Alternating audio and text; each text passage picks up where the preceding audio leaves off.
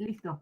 Bien, buenos días, les agradezco a todas y a todos que estén puntualmente presentes en esta aula virtual de la Escuela Judicial Electoral.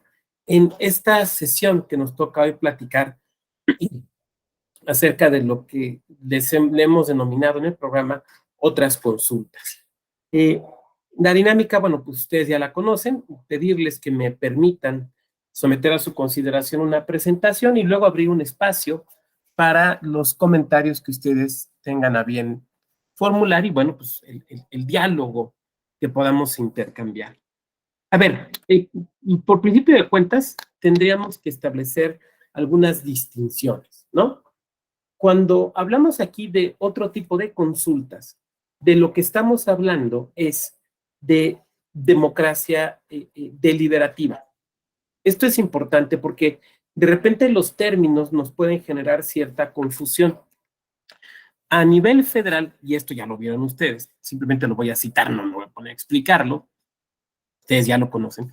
A nivel federal tenemos la ley de consulta popular y esta ley eh, resumió en una sola figura la idea de plebiscito y de referéndum y ambos los encuadró dentro de la noción de consulta.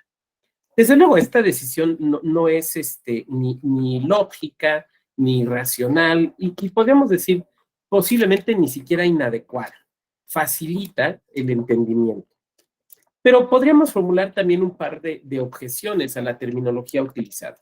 La primera de ellas es que no se compadece de lo que tenemos en la realidad en nuestras entidades.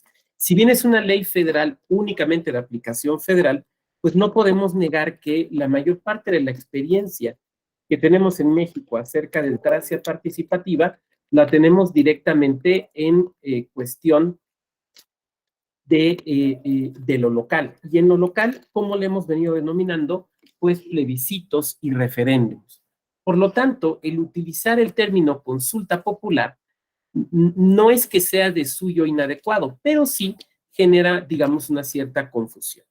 Lo segundo es que, y que me parece realmente más importante, lo segundo es que el concepto de consulta no se agota en una sola forma o manera de ejercer la democracia. Porque como ustedes ya han visto a lo largo de este diplomado, pues podemos hablar de democracia deliberativa, participativa, representativa. Vamos, que hay muchos tipos de democracia. Esto es lo que quiero señalar. Y entonces, dentro de la democracia deliberativa, también tenemos el concepto de consulta, pero es un tipo de consulta, un concepto de consulta distinto del que se sigue o se utiliza en la democracia participativa. Entonces, la realidad es que esto sí nos genera alguna confusión que es importante ir señalando. Las consultas de las que hablaremos en esta sesión, entonces, son consultas que en realidad con la que se emparentan, o vamos a decir así, con la que se parecen, no es con la consulta popular que está encuadrada en la Constitución como tal y en la ley respectiva también como tal. No, en realidad no es ese tipo de consulta del que vamos a hablar, sino de algo mucho más parecido a las consultas que se presentan respecto a los pueblos indígenas, ¿no? Y tendríamos entonces que ir estableciendo una serie de distinciones para que no, insisto, no nos confundamos, porque aquí creo que sería muy fácil confundirse. Primero, las consultas de las que vamos a hablar aquí son consultas que tienen como similitud con la consulta popular, pues el hecho de que son realizadas por las autoridades. Esa, digamos, es la similitud. Y que de alguna otra forma la idea es la participación popular. Pero la verdad es que allí terminan las similitudes. No podríamos señalar que hubiera realmente una mayor similitud. ¿Cuáles son las diferencias? Bueno, la primera diferencia que tendríamos que apuntar es que la consulta popular prevista en la Ley Federal de Consulta o en el artículo 35 constitucional es una consulta que es voluntaria o digamos no obligatoria. ¿A qué me refiero con esto? Que no es necesario realizarla, ¿no? A diferencia de otras naciones, en México no tenemos la consulta popular como un mecanismo obligatorio. Yo no sé si deberíamos volverlo obligatorio o no para algunas cosas. No es, digamos, el tema de nuestra sesión, aunque podríamos debatirlo. Podría poner un ejemplo que creo que ya platicamos en algún momento, que es el de la reforma a las constituciones locales americanas o la expedición de una nueva constitución local en Estados Unidos, que debe realizarse mediante un referéndum. Y ahí es obligatorio, decíamos, con la excepción del estado de Delaware. Pero bueno, el chiste es que en México no es obligatoria y yo no estoy proponiendo también que sea obligatoria. Si quieren, lo podemos debatir. En cambio, las consultas de las que vamos a hablar sí son, en principio, obligatorias. Así como sucede con la consulta hacia los pueblos y comunidades indígenas, que en principio son obligatorias. Tenemos que entender que esta obligatoriedad puede en ocasiones resultar matizada, pero quiero ser muy cuidadoso con el lenguaje que estoy utilizando. Fíjense que dije, puede en ocasiones ser matizada, ¿no? La Suprema Corte de Justicia de la Nación, por ejemplo, ha abordado esto por referencia a las consultas con los pueblos y comunidades indígenas, que ustedes ya vieron y que no voy a repetir, solamente voy a citar este criterio de nuestra Suprema Corte.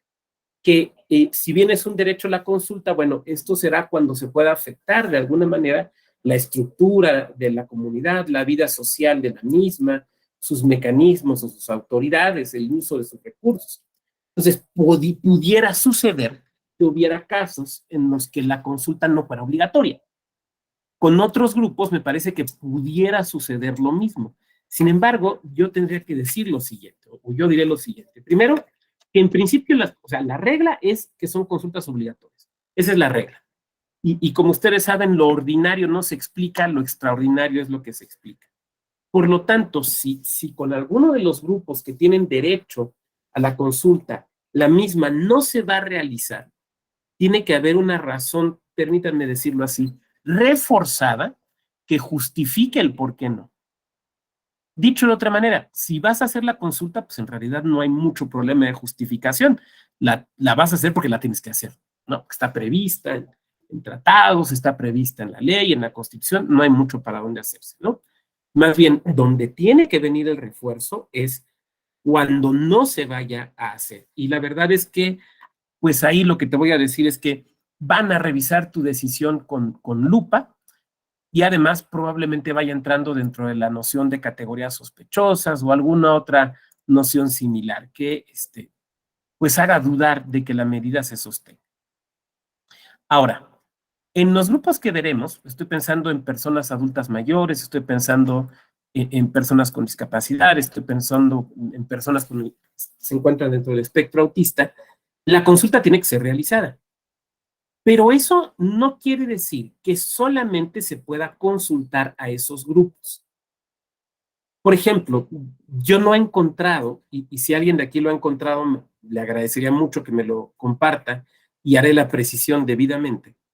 Yo no he encontrado una disposición que obligue a que, por ejemplo, cuando un OPLE va a tomar una acción afirmativa que busca tener un impacto positivo en la comunidad LGBTIQ, tenga que consultarlo, tenga como obligatorio, como un deber de consultar, so pena del riesgo de que la medida resulte anulada. Pero de eso no se sigue, o sea, de tal afirmación no se sigue que no pueda realizar la consulta, ¿no? Dicho de otra manera, una cosa es que haya consultas obligatorias, lo cual es una realidad, y otra cosa es que solo se puedan hacer esas consultas, ¿no? Entonces, hay consultas obligatorias, pero hay otras que desde luego tú puedes hacer. Yo diría que a mí en lo personal, muy respetuosamente lo diría así, me parece que sería bueno tomar como regla, hablando particularmente de la materia electoral, ¿no? Tal vez podría yo pensar que en otras, pero no quiero hablar de lo que sea un poquito de lo electoral, entonces mejor no me meto a hablar de lo que no sé. Que cuando se va a tomar una acción afirmativa en materia electoral, o alguna medida que puede tener un impacto en un grupo tradicionalmente desfavorecido, en un grupo históricamente postergado, en un grupo que ha sido subrepresentado, a mí me parece, la lógica me dice, que lo más recomendable es que se haga una consulta, ¿no? Oiga, pero no es obligatorio. No, yo sé que no es obligatorio. Tampoco es obligatorio. O sea, de que no sea obligatorio no quiere decir, insisto, que no se pueda hacer. Entonces, me parece una buena medida. Vuelvo al ejemplo de la comunidad LGBTIQ. A lo mejor en un OPLE se les ocurre que tal medida es la correcta o la adecuada y lo ven como algo muy positivo para impulsar la representatividad de este grupo social. Y sin embargo resulta que el efecto es contraproducente, porque hay veces que una buena idea o una buena intención pues tiene efectos negativos, ¿no? Entonces, probablemente esos efectos negativos se puedan paliar o incluso se puedan evitar si tú vas y le preguntas a las personas que estás suponiendo que son las que van a verse beneficiadas con la medida, cuando resulta que probablemente no. Entonces, insisto, dentro de esta distinción, por un lado, hay algunas consultas que son obligatorias, pero por otro lado, eso no quiere decir que solo esas consultas se puedan realizar. Segunda diferencia entre la consulta popular, prevista, insisto, en el artículo 35 de la Constitución, y la consulta de la que estamos hablando aquí. La consulta popular prevista en el artículo 35, la de la Ley Federal de Consulta Popular, está dirigida a toda la ciudadanía, ¿no? Ustedes se acuerdan cuando se hizo la consulta respecto a investigar y enjuiciar por los crímenes del pasado, pues ¿quiénes votaron? Pues quienes eran ciudadanas y ciudadanos y quisieron ir. Punto, se acabó. No importaba si eras una persona rica, una persona con necesidades económicas, una persona joven, abierto a la ciudadanía, ¿no? Exactamente igual que una elección constitucional. Estas otras consultas, las que estamos platicando hoy, no son así, sino que están dirigidas a grupos muy específicos y muy concretos de la ciudadanía. Voy a poner un ejemplo. Consulta a las personas con discapacidad. ¿A quién se va a consultar? A las personas con discapacidad. Entonces alguien de aquí me podría levantar la mano y decir, oiga, doctor, pero ¿por qué no mejor van y le preguntan a los especialistas o a las especialistas? A ver, usted que trae el tema de la agenda gerontológica de la democracia mexicana, pues, ¿para qué preguntarle a las personas mayores? No, ¿para qué preguntarles? Mejor hay que preguntarles a los especialistas.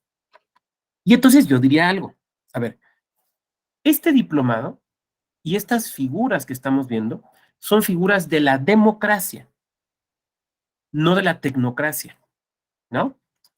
Preguntarle al sabio o a la sabia es una medida tecnocrática. Es afirmar que solo el sabio, solo el que tiene 3 doctorados hechos en el extranjero, solo la que tiene una estancia postdoctoral, no sé en dónde, es quien puede opinar. Claro, me van a decir ustedes, oiga, doctor, pero hay cuestiones técnicas. Sí, pero aquí no estamos hablando de cuestiones técnicas. Aquí estamos hablando de decisiones que impactan en la vida de las personas. Decisiones de naturaleza evidentemente política, ¿no? Entonces, el derecho a la consulta, en estos casos, está dirigido a esas personas. Así como en la consulta indígena está dirigida a las personas indígenas, o la consulta hacia las personas afromexicanas está dirigida a las personas afromexicanas, pues la consulta, por ejemplo, a las personas de la tercera edad, ¿a quién está dirigida? A las personas de la tercera edad, ¿no? Me pueden contraargumentar, oiga, doctor, pero bueno, aparte de eso, ¿no le parece que sería bueno escuchar? Sí, claro, podemos escuchar muchas voces. Hagamos foros y escuchémoslas, pero eso es distinto a la consulta. La consulta es un derecho que tienen ciertos grupos y respecto de ellos la consulta es obligatoria y la consulta se hace con ellas, con ellos. La consulta no se puede sustituir por, no, es que mire, ya investigué en 40 libros, aquí están las conclusiones. No, mire, ya hicimos un panel. No sé si se acuerdan, hace tiempo, creo que fue en el estado de Veracruz, pero no recuerdo, que hubo un panel acerca de lactancia materna, que se volvió muy famoso porque los 5 expositores eran hombres. Bueno, pues lo que estoy tratando de decir es que hay que preguntar a las personas que viven con esa situación o que van a vivir con la decisión o que suponemos que las estamos beneficiando con la decisión. Entonces, esto es insustituible. La consulta no se puede, el derecho a la consulta no se puede satisfacer, no se puede sustituir con una gran investigación en base de datos o en preguntarle a las personas expertas. Si quieren lo podemos hacer, yo no digo que no lo hagamos. Lo que digo es que eso no es consulta, ¿No? ¿Nos va quedando claro? Tercer elemento, que estas consultas pertenecen a la democracia deliberativa. No es esta una distinción meramente conceptual, sino ya a estas alturas del partido, ya a estas alturas de su diplomado, ustedes entienden que esta distinción es importante. Porque cuando hablamos de democracia participativa, lo que estamos diciendo es que se deja en la ciudadanía la toma de la decisión, ¿no? Es la ciudadanía la que, bueno, si se reúnen los porcentajes de participación, toma la decisión de si se hace o no tal medida, de si se revoca o no el mandato de tal autoridad, distintas posibilidades. Pero en la democracia, porque es la ciudadanía la que es convocada a decidir en la democracia participativa. En estas figuras que son de democracia deliberativa, se convoca a la ciudadanía, pero no para decidir, sino para opinar, para aportar información que ilustre, que nutra, que ayude a la toma de decisión de la autoridad. Pero la decisión seguirá siendo de la autoridad, ¿no? Vuelvo a los ejemplos electorales. Supongamos un instituto electoral, no sé, el de Yucatán, que quiere tomar una medida, una acción afirmativa, Instituto Electoral de Participación Ciudadana de Yucatán, una medida, una acción afirmativa a favor de personas adultas mayores. Y entonces lo que hace es, hace los foros, hace la consulta, la ejecuta adecuadamente, conforme las reglas que vamos a ver un poco más adelante, y bueno, pues al final emite una opinión. Bueno, no emite una opinión, emite su acción afirmativa. Y entonces de repente un señor, una señora levanta la mano y dice, espérense, yo dije algo totalmente distinto. Yo dije que debía ser de esta otra forma y ustedes lo están haciendo distintos. Bueno, a ver, es que usted opinó, usted participó, pero usted no decide, decide la autoridad. Ahora, ¿esto quiere decir que la autoridad puede hacer lo que sea? No, no. Lo voy a poner con un ejemplo. Digamos un ejemplo de parlamento abierto que no salió como se espera. En un estado del centro de la República, que no diré cuál, pero que era Querétaro, se abre por parte de la legislatura local un foro con el tema del aborto. Fue en aquella época en la que aquí en la Ciudad de México se estableció la permisión del aborto en las 12 primeras semanas, lo que se conoció como la Ley Robles, ustedes recordarán. Recordarán también que se lleva ante la Suprema Corte en una acción de inconstitucionalidad y que no se reúnen los votos necesarios para declarar inconstitucional esa disposición. Entonces ustedes recordarán que en varios estados, estoy pensando en Querétaro, Guanajuato, Jalisco y otros más, pues se hicieron acciones políticas para establecer lo que le llamaron la protección a la vida desde el momento de la concepción. ¿Se acuerdan de esto, no? Que prácticamente lo que implicaba pues era negar la posibilidad del aborto. Entonces, bueno, pues se abren foros para discutir el tema del aborto y pasa una cosa peculiar. Se convocan los foros y resulta que la mayor parte de la gente que va a los foros y las organizaciones hablan a favor del derecho al aborto, de respetar ese derecho de las mujeres y demás. Entonces, pero la legislatura convocante esperaba que los foros dijeran otra cosa. O sea, abrieron los foros y pensaron que la mayor parte de la ciudadanía iba a ir en contra del aborto. Y sin embargo, la mayor parte de la ciudadanía que se inscribe para participar, la que no participó, no podemos saber, ¿no? La que se inscribe para participar, pues habla a favor de permitirlo o por lo menos de ampliar los supuestos de inimputabilidad penal. Y cuando viene la reforma, viene totalmente contraria a lo que se había dicho en los foros, totalmente contraria. O sea, en los foros dijeron A y en la iniciativa venía Z, ¿no? Totalmente distinto. Entonces, alguna periodista, no recuerdo con precisión quién, entrevista a uno de los diputados. Oiga, lo que pasa es que nosotros vinimos a los foros, eso sí me acuerdo que era un diputado el entrevistado. Vinimos a los foros y en los foros, pues la opinión de la ciudadanía que vino mayoritariamente fue en un sentido y ustedes están legislando en otro. Sí, es que los foros fueron copados por ciertas organizaciones y realmente la ciudadanía. No, a ver, espérame, no, espérame. ¿Tú convocaste un foro? Tú no puedes desautorizarlo. Si la gente participó conforme tus reglas, tú no puedes desautorizarlo. Si no vinieron los que tú querías que vinieran, pues con la pena. Si no dijeron lo que tú querías que dijeran, ¿no? Pero lo que estoy tratando de decir es que la consulta no puede ser un mecanismo de legitimación de una decisión. Al contrario, es un mecanismo para nutrirte de información y tomar la decisión. Puede ser, insisto, puede ser que la decisión no sea la opinión de Carlos Iván o de Rosa Estela o de Daniel o de Juan Ignacio o la mía. Puede ser, pero se deben tomar en cuenta, ponderar, escuchar y atender las observaciones de la ciudadanía. Porque, insisto, no puede ser un mero ejercicio de legitimación. Si lo que tú quieres es que te digan, mi plan de desarrollo urbano municipal está, pero bien chipotles. Si lo que tú quieres es que te digan, no, no, su iniciativa, señor diputado, señora diputada, no, no, está para presentarla en la ONU, es una maravilla. Si tú quieres eso, haz un foro donde invites a tus cuates. Les invitas un café, que hablen maravillas y ya, ¿no? Ya, haces un foro para eso. O sea, eso es un foro de legitimación. Si lo que tú quieres es hablar de las bondades de tu iniciativa, pues buscas entrevistas, no, no sé, pero las consultas no son eso. Claro, las consultas de las que estamos hablando, es cierto, terminan por legitimar la decisión, porque la autoridad puede decir, bueno, es que les escuché, estoy de acuerdo, pero no la decisión autoritaria, sino una decisión construida en conjunto. ¿Me van siguiendo? Entonces, estos son una serie de elementos muy importantes que tenemos que tomar en cuenta. Ahora, ¿quién debe de convocar a estos mecanismos? La autoridad. La autoridad. Miren, aquí también, acuérdense una cosa, estamos estableciendo las diferencias entre estas figuras y otras. Cuando pensamos en la consulta popular, ustedes lo saben, lo pueden solicitar las autoridades, pero también la ciudadanía, ¿no? También la ciudadanía puede juntar firmas y solicitarlas. Cuando pensamos en la revocación de mandato, por ejemplo, allí solamente puede ser la ciudadanía quien lo solicite. La autoridad no lo puede solicitar. ¿Estamos de acuerdo? Pero aquí, digamos que en las consultas que son obligatorias, es la autoridad la que debe de convocar. O sea, no tiene que estar esperando a que la ciudadanía le diga, ay, es que, pues sí, que tenía que consultar a las personas adultas mayores, pero pues no vino nadie a pedirme la consulta, pues ¿para qué la hago? Además, en estos tiempos de austeridad, pues mejor nos ahorramos el dinero. No, señor, usted la tiene que hacer.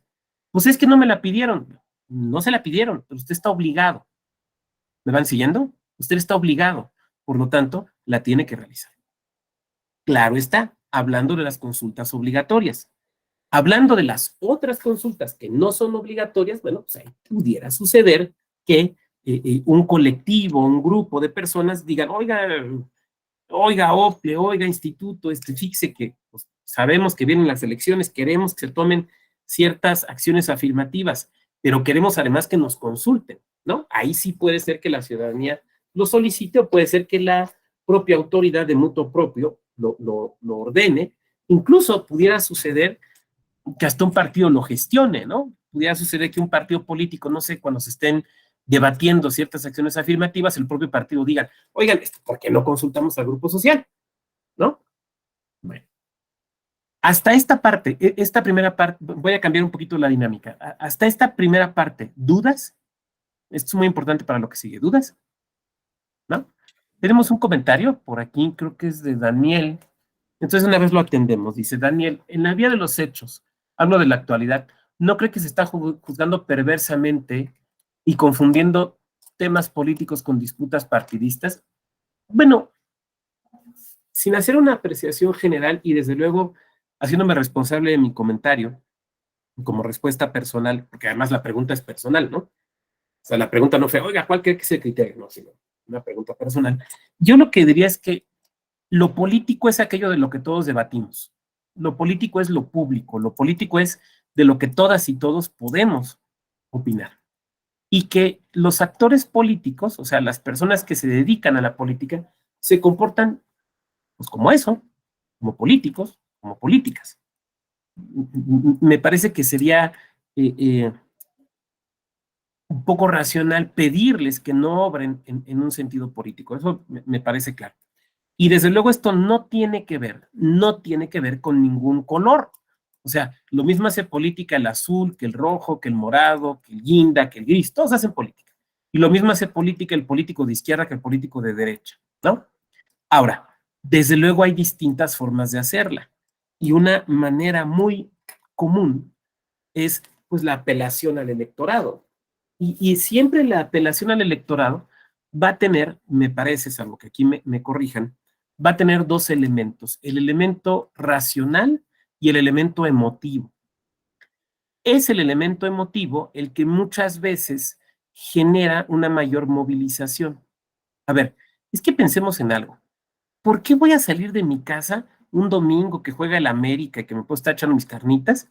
¿Por qué voy a salir a votar?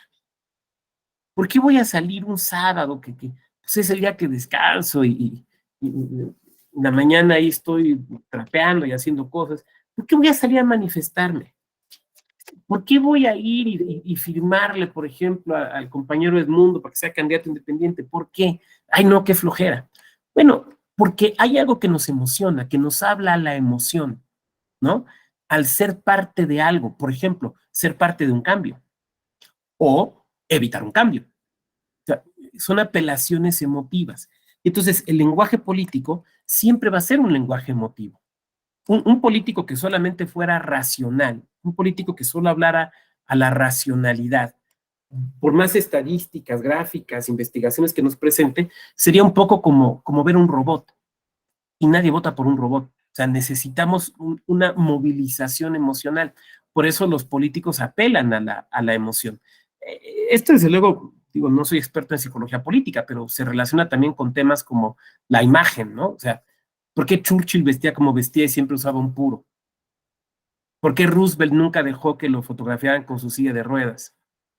O sea, ¿por qué Margaret Thatcher vestía de cierta manera y no de otra? O sea, todo esto tiene que ver con el manejo de una imagen pública. Entonces, a mí me parece que pues tenemos ahí una serie de instrumentos, tanto de democracia participativa como deliberativa, que pues, en estas épocas de tanta discusión política, pues ahí están.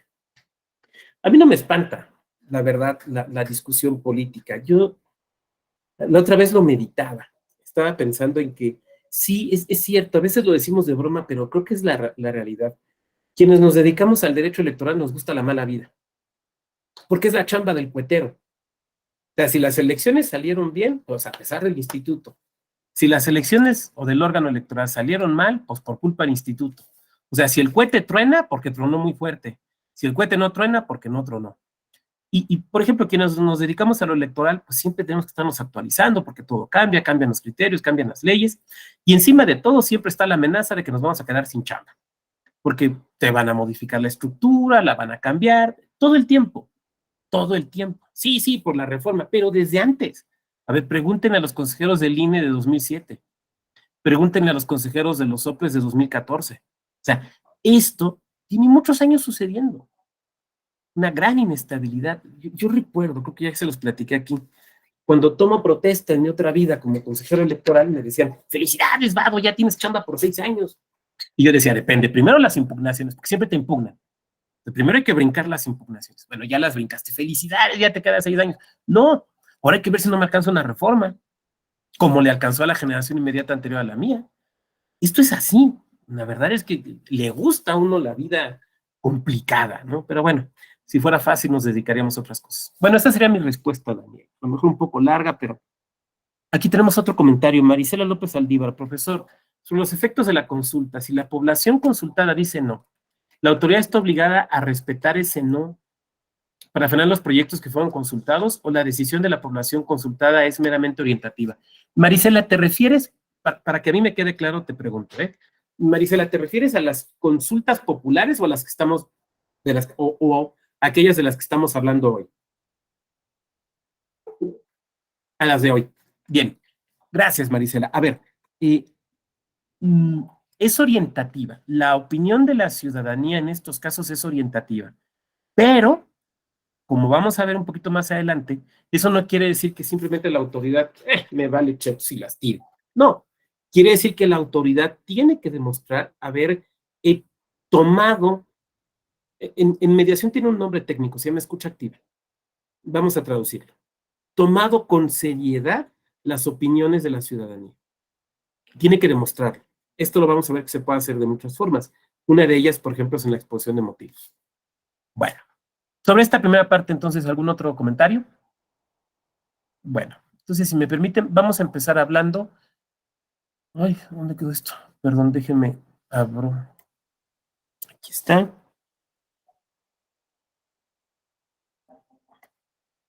Vamos a empezar hablando del derecho a la consulta de las personas con discapacidad. Se encuentra en una situación de discapacidad. Fabiola Gutiérrez, Fabiola, ¿me puedes decir si se ve en mi presentación? Sí, sí se ve. Gracias.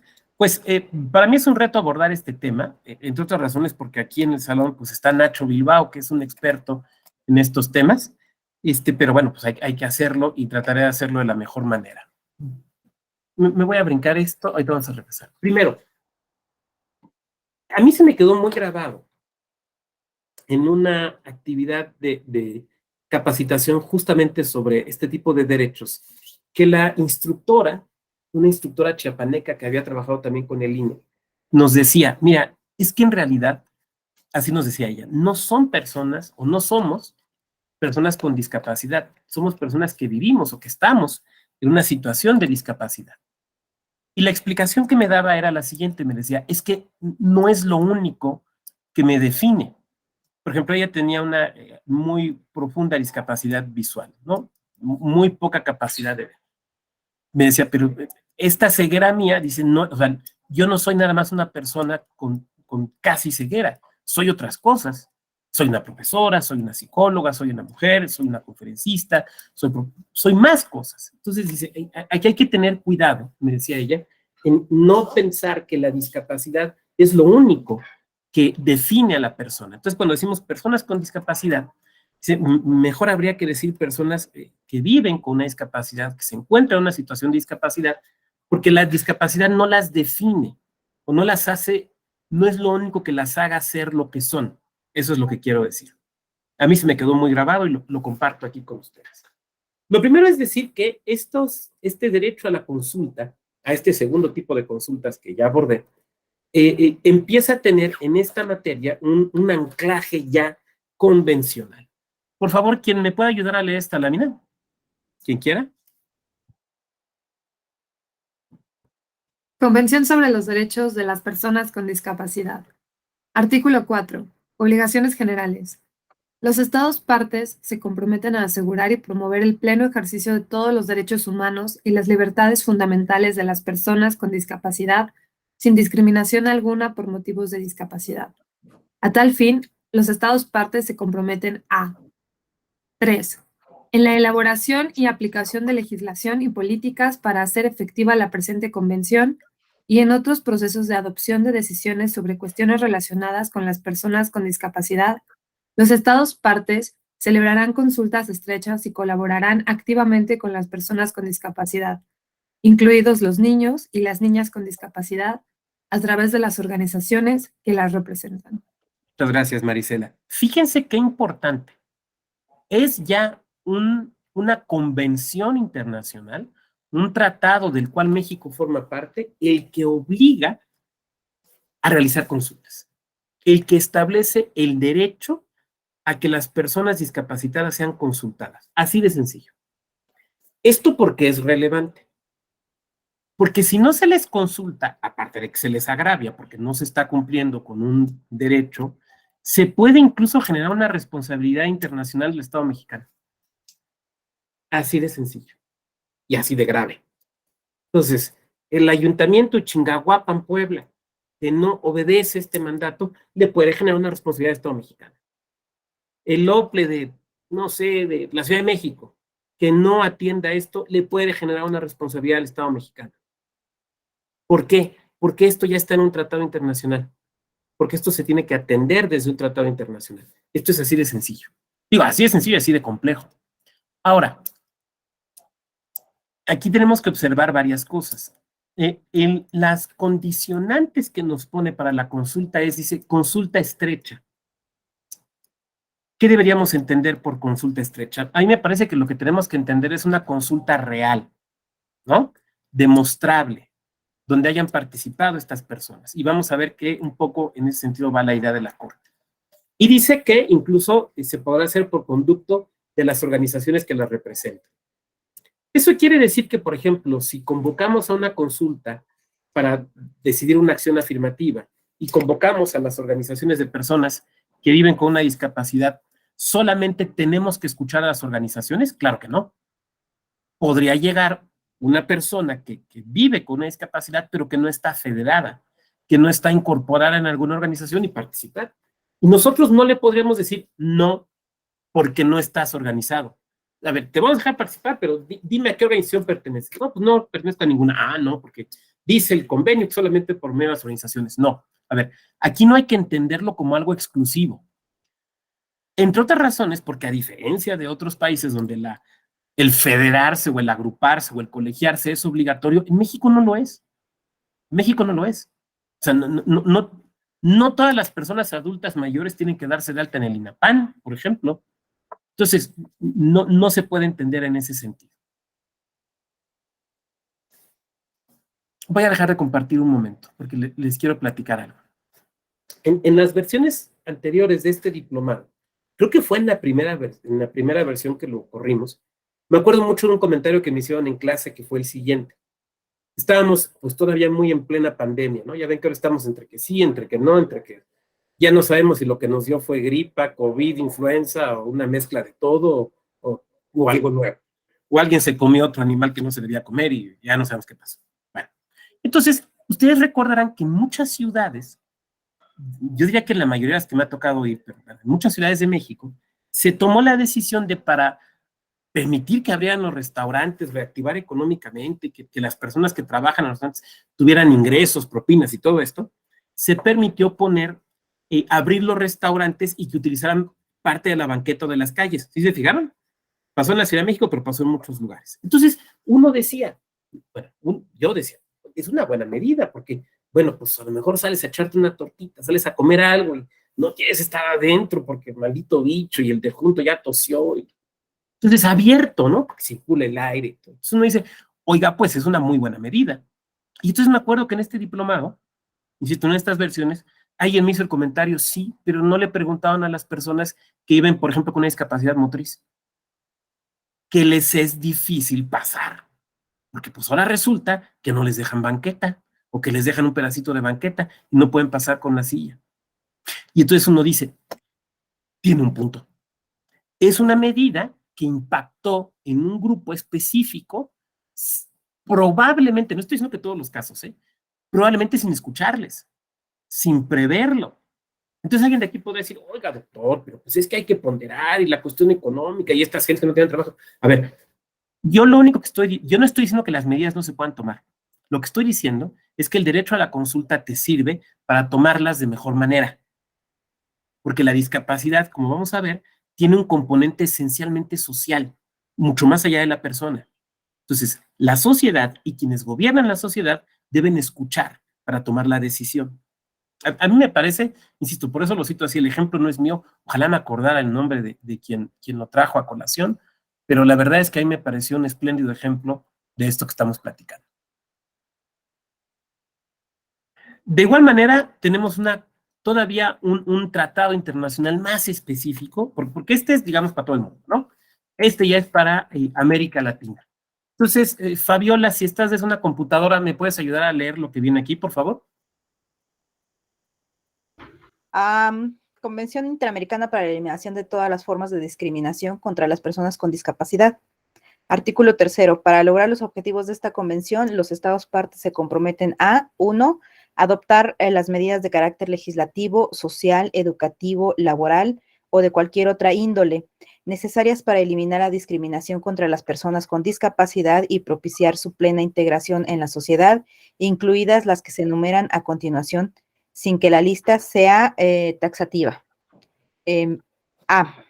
Medidas para eliminar progresivamente la discriminación y promover la integración por parte de las autoridades gubernamentales o entidades privadas en la prestación o suministro de bienes, servicios, instalaciones, programas y actividades, tales como el empleo, el transporte, las comunicaciones, la vivienda, la recreación, la educación, el deporte, el acceso a la justicia y los servicios policiales y las actividades políticas y de administración. Entonces, aquí tenemos, muchas gracias, Fabiola, tenemos un mandato muy claro.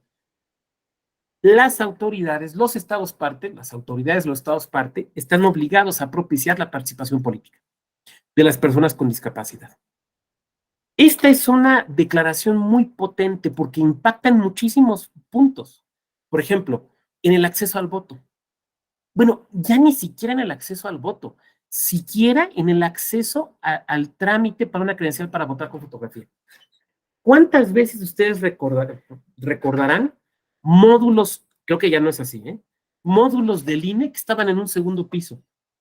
Yo conocí varios y no había rampas. No había rampas. Y se asumía, pues es que así es que pues le rentaron más barato, es que pues así es. No, espérame, no. Porque ya desde allí estás limitando, por ejemplo, el acceso a la credencial de elector, que entre otras cosas es lo que te permite participar en la actividad política. Por ejemplo, el acceso a las casillas. O sea, yo sé que esto no tiene que ver tan directamente con consulta, pero estoy tratando de explicar el impacto tan grande que tiene esta disposición. El acceso a las casillas. Yo me acuerdo mucho en esa otra vida electoral que les platicaba, cuando me tocó ya como consejero mi primera elección 2015, el proceso electoral 2014-2015, me acuerdo que la Comisión Estatal de Derechos Humanos en Querétaro nos dijo, a ver, ¿sabes qué? Me están pidiendo una serie de agrupaciones o de asociaciones de personas que viven con discapacidad que haga una verificación de las casillas el día de la jornada para ver que realmente sean accesibles. Entonces, la primera reacción fue así como, a ver, espérame, tú no tienes competencia en materia electoral. Ya ven que es algo que hoy se está debatiendo mucho, ¿no? Pero digamos, la primera reacción fue, tú no tienes competencia en materia electoral. Pero la segunda reacción fue, oye, es que tampoco es irracional lo que están diciendo. O sea, sí tenemos, a lo mejor no el OPLE, el INE, o el INE y los OPLES, las autoridades electorales, pues. O sea, a la ciudadanía no le importa la distinción entre autoridades. O sea, las autoridades electorales sí tienen que garantizar la accesibilidad a las casillas. ¿Lo estamos haciendo bien? O sea, es una pregunta pertinente. Y si ustedes recuerdan, incluso esa es una cuestión que ha motivado, por ejemplo, al INE, a los consejos distritales del INE, a cambiar algunas casillas, ¿no? La típica casilla, piensen, por ejemplo, en ciudades que están en montes, ¿no? Piensen, por ejemplo, en Guanajuato, piensen en ciertas partes de la ciudad de Zacatecas, piensen en Jalapa. Seguramente hay más, pero son las que yo conozco, ¿no? Que hay partes empinadas. Imagínate, ponen una casilla en un lugar donde hay que subir 50 y tantos escalones. Bueno, hubo que cambiarlas. Oiga, pero ¿por qué? Si aquí siempre, porque no se garantiza la accesibilidad. Y yo tengo un mandato de derechos humanos como Estado y tengo incluso un mandato que deriva de un tratado internacional. Gracias, Javier. En un momentito más te doy la palabra. Muchas gracias. No me bajes la manita, por favor. Que me obliga a este tipo de actividades. Por ejemplo, en la postulación. A ver, siempre pensé, no siempre, pero muchas veces pensamos que los órganos electorales son los únicos que tienen que tomar medidas en materia de postulación, ¿no? Y tomar acciones afirmativas. No es cierto. Los primeros obligados son los partidos políticos. Son los primeros obligados. Y los partidos políticos pueden, yo diría deben, tomar acciones afirmativas, por ejemplo, para garantizar la plena representación política de las personas que viven con discapacidad. Lo que pasa es que frente a la ausencia de estas medidas o frente a la cortedad de alguna de estas medidas, pues tiene que llegar la autoridad electoral y decir, a ver, ¿qué hay que hacer esto? ¿No? Y desde luego, dentro de la participación en este espacio público y político, una de esas participaciones es dentro de la democracia, específicamente la que hoy nos convoca, la democracia deliberativa. Entonces, aquí también nos marca esta idea que tenemos que tutelar ese derecho. A ver, Fabiola, si quieres una vez.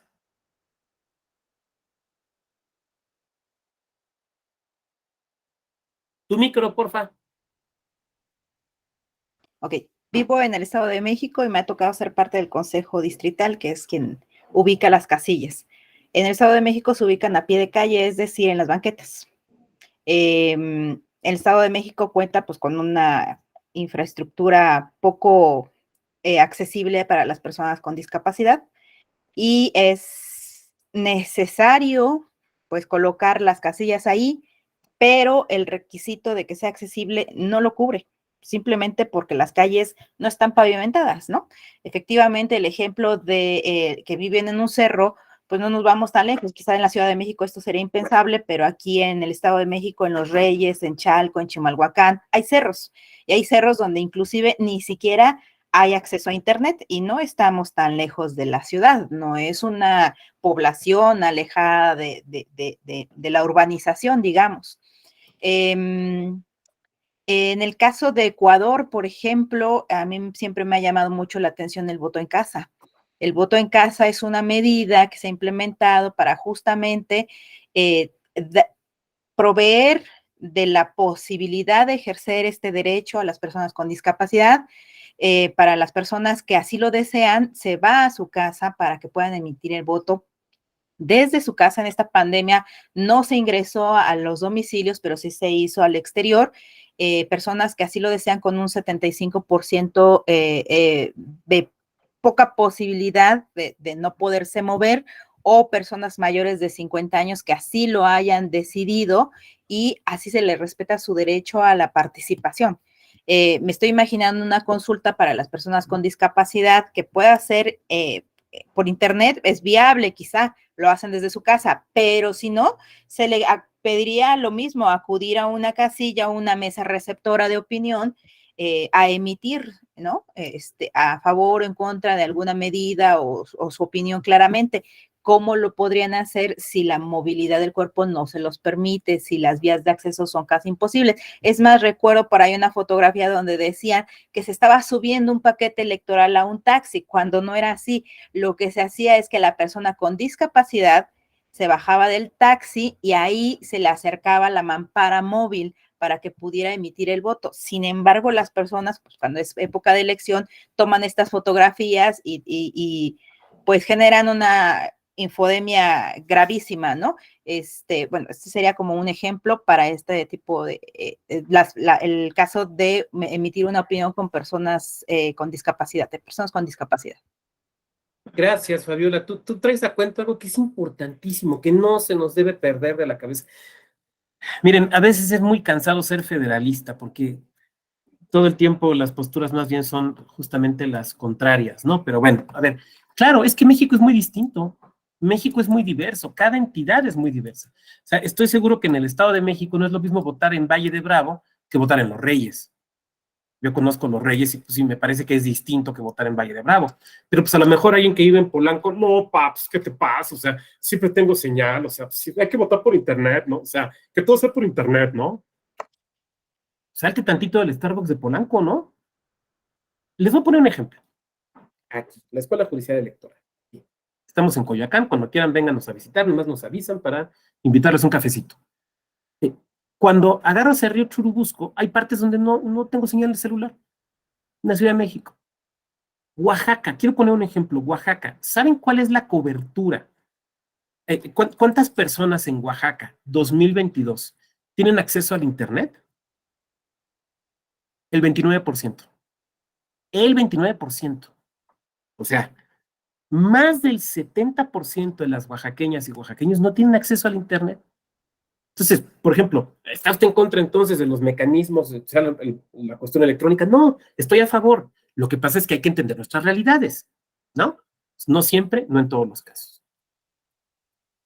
Quiero remarcar algo respecto al tema, muchas gracias, Fabiola, del tema de discapacidad, que es, claro, efectivamente. Bueno, a mí me pasó hoy en la mañana, me tuve que venir, me tocó clase a las 7 de la mañana y resulta que mis 2 líneas de internet en la casa, las 2 fallaron.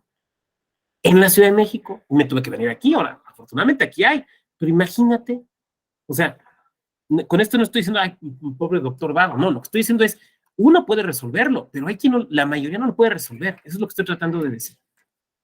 Bien, la Ley General para la Inclusión de las Personas con Discapacidad, y aquí quiero poner el acento en esto, fíjense. Bueno, vienen varias definiciones de discapacidad física, sensorial, mental, intelectual, pero no quisiera entrar en ellas, que es algo que ustedes así quieran, Creo que no es necesario, pero quiero remarcar esto. Fíjense.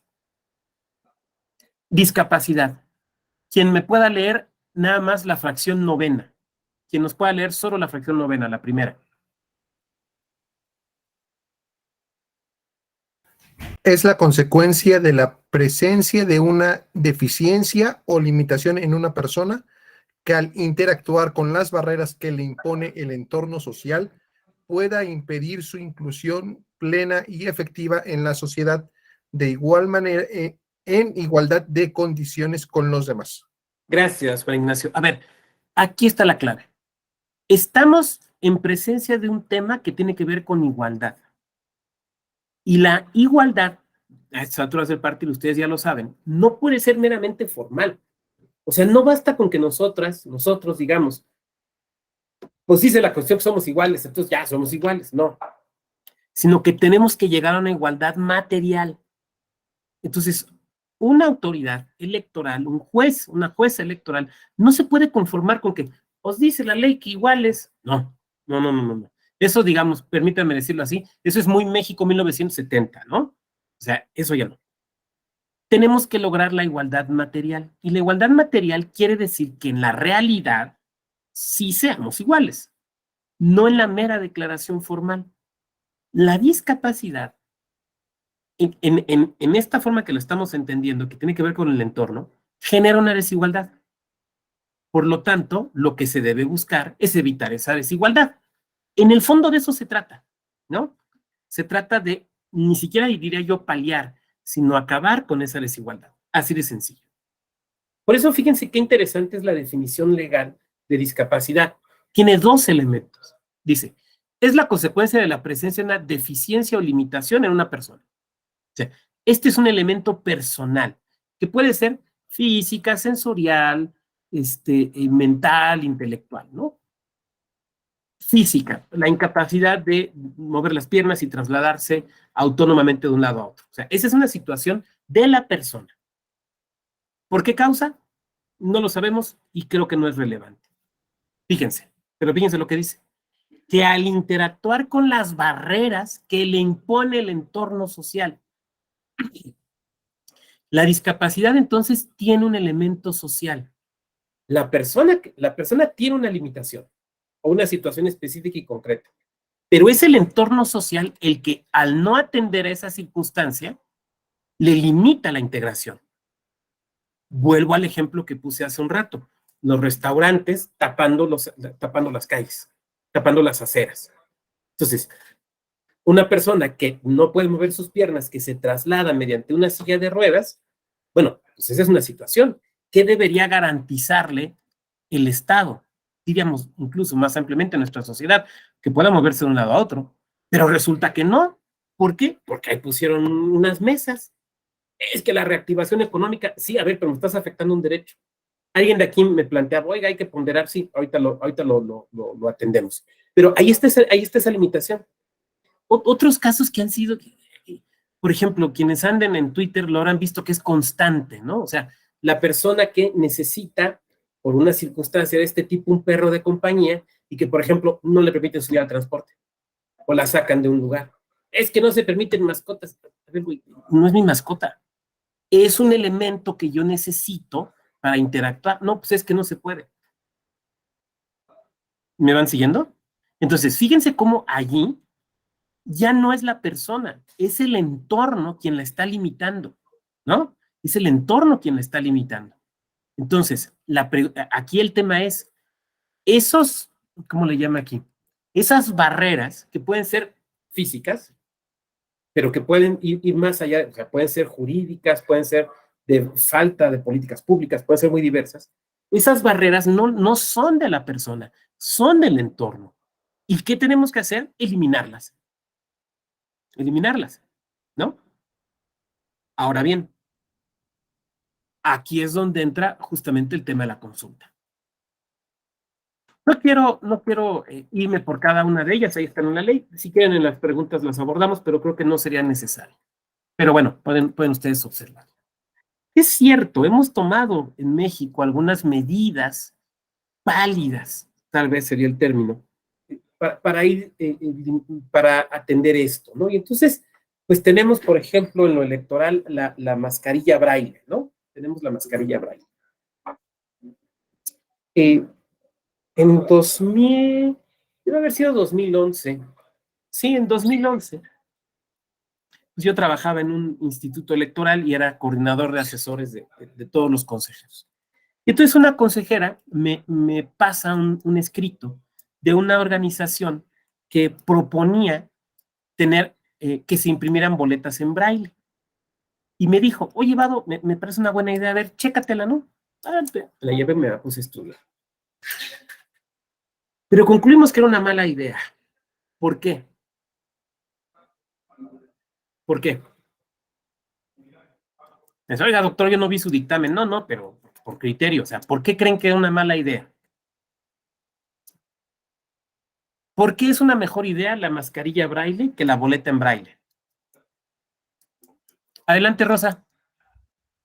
Porque no todo, bueno, desde mi punto de vista, no todas las personas tienen la posibilidad de aprender a leer en braille.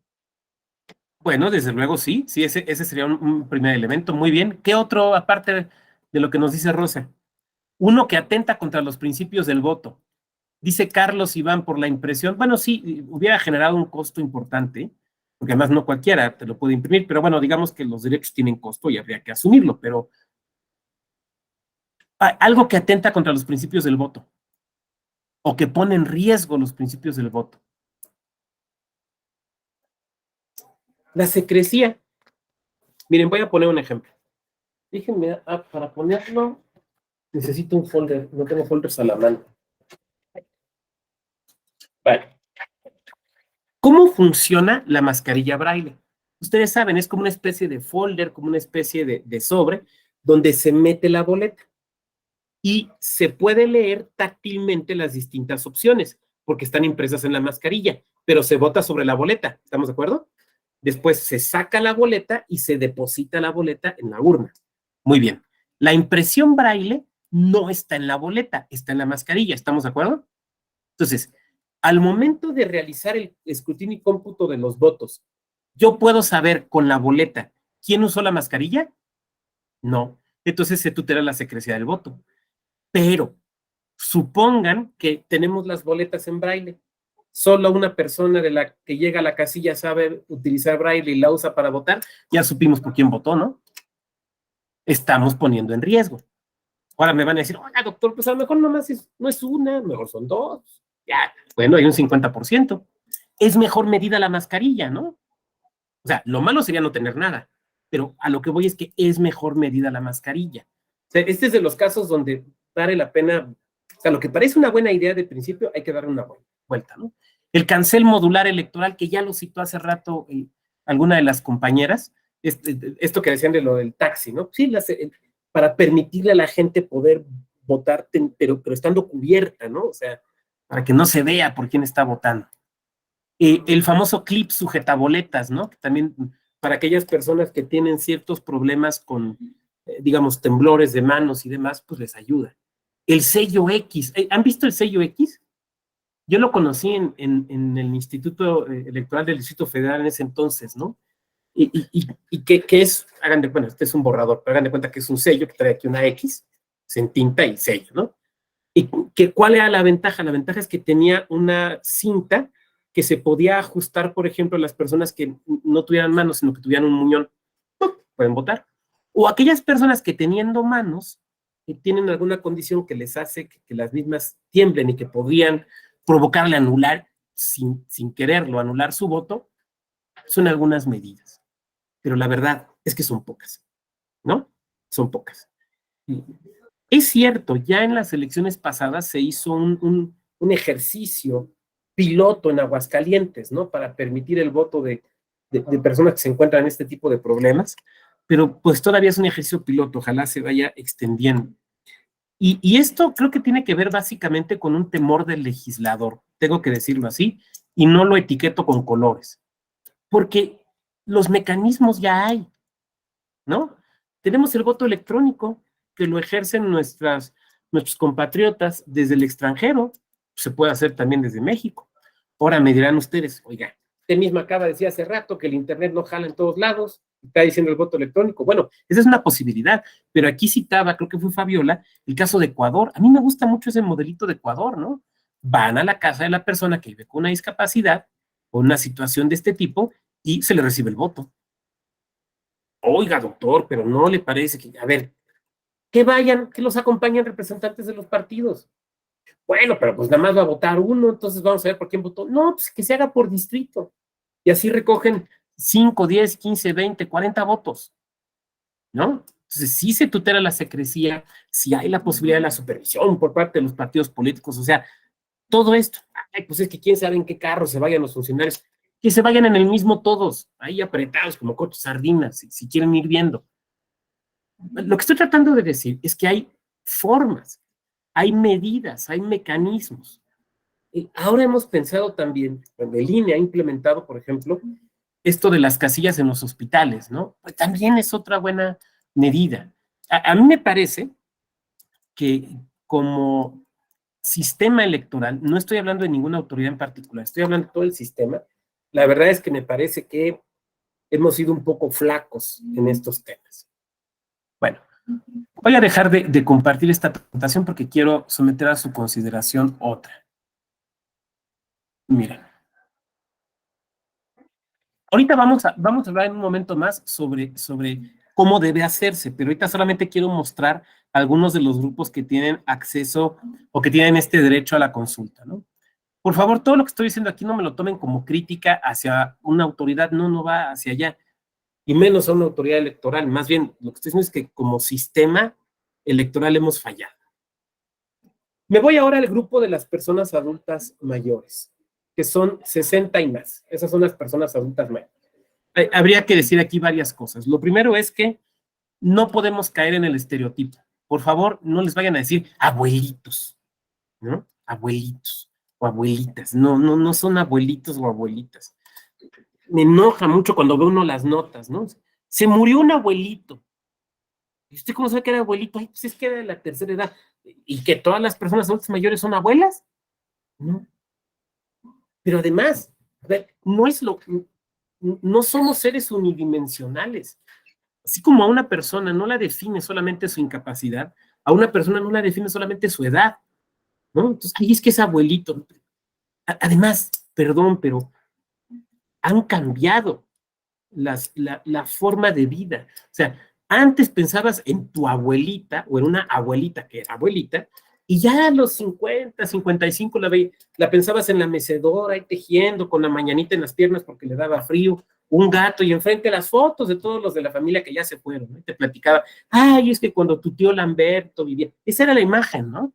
Esa es la imagen de Cricri, toma ya ver, abuelita, y desde que, pues ya desde los 50, ya, a cerrar la cortina y se acabó. Ahora de repente tenemos abuelitas, abuelitos que andan en los 50 y tantos, y abuelo, ¿dónde andas? Te vine a buscar, abuelita, ¿dónde andas? Pues ando aquí en el crucero, ya te ando consiguiendo abuelo nuevo. Es distinto. Es distinto.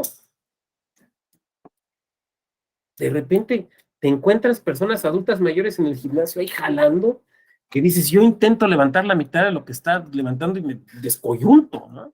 O sea, el estereotipo ya no cabe, es lo que quiero decir, el estereotipo ya no cabe. Entonces, no son abuelitos, no son abuelitas, son personas adultas mayores, ¿no? Fíjense, hay una ley, esta ley que es la Ley de los Derechos de las Personas Adultas Mayores, es una ley de aplicación nacional, además de las leyes locales que pueda haber en cada entidad. Fíjense lo que dice el segundo recuadro, dice, entre sus derechos y principios, la participación, la inserción de las personas adultas mayores en todos los órdenes de la vida pública, en los ámbitos de su interés, que ellos se puedan afectar, serán consultados y tomados en cuenta.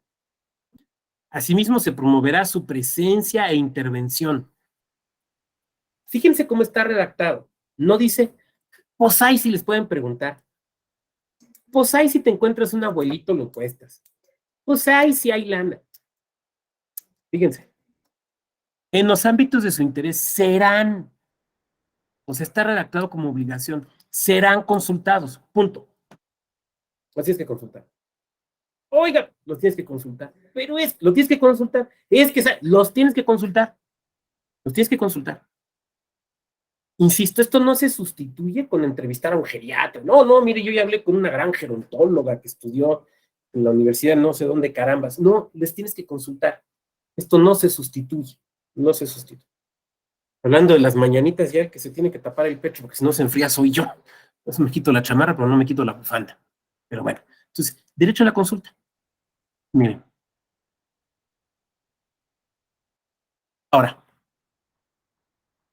hay un par de acciones de inconstitucionalidad que son muy importantes para ver cuestiones de procedimiento, de cómo hacer las consultas. Una es esta, es la 1 de diagonal de 2017. La otra la tengo en la otra presentación, pero básicamente dice lo mismo. Les voy a dar el dato. La otra es la acción de inconstitucionalidad 68 de 2018. Son, pero básicamente las dos son concordes, las dos son concordes. Una de ellas se generó en una ley que se expidió en Nuevo León que impactaba a las personas que se encuentran en el espectro autista. Las personas que se encuentran en el espectro autista, así como estos grupos que hemos visto, tienen derecho a la consulta. Pues en Nuevo León hicieron la ley sin consultarles, se planteó la acción de inconstitucionalidad y les tumbaron la ley. Bueno, en estos dos asuntos que estoy comentando, la Corte hace algo que es bien importante, porque yo sé que ahorita en la mente de varias y de varios está, pues ya nos dijo que hay que hacer la consulta, órale, ya nos dijo que es distinta a la consulta popular, ahora díganos cómo hacerla. Bueno, el problema es que, por ejemplo, esta ley de las personas con discapacidad o la ley de las personas adultas mayores no te regulan en precisión cómo hacer la consulta.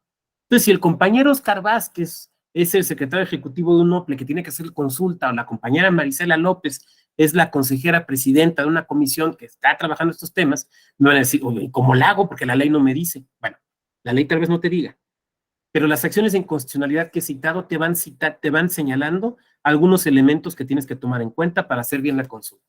Primero, la consulta debe ser precedida por una convocatoria abierta, pública, incluyente y accesible. ¿Qué quiere decir esto? Primera, que es abierta, entonces no nada más es a tus cuates. No, aquí en el chat lo pongo, ¿no? No, es abierta, es abierta. ¿Por qué tiene que ser abierta? Porque son grupos que no están organizados que no están incluidos en un solo grupo. O sea, a ver, no hay una sola organización de personas adultas mayores a la que por ley estén inscritos todas las personas adultas mayores y que baste con que le avises a esa asociación. ¿Estamos de acuerdo? Entonces, por eso tiene que ser pública. Claro, se la puedes hacer llegar a las asociaciones y agrupaciones que conozcas. ¡Qué bueno! Es más, no solamente se las hagas llevar, ve con ellos, ve con ellas, invítalas, súmalos, ¿de acuerdo? Pero no puede ser cerrada, ¿ok? O sea, no puede ser una consulta, no puede ser una convocatoria cerrada.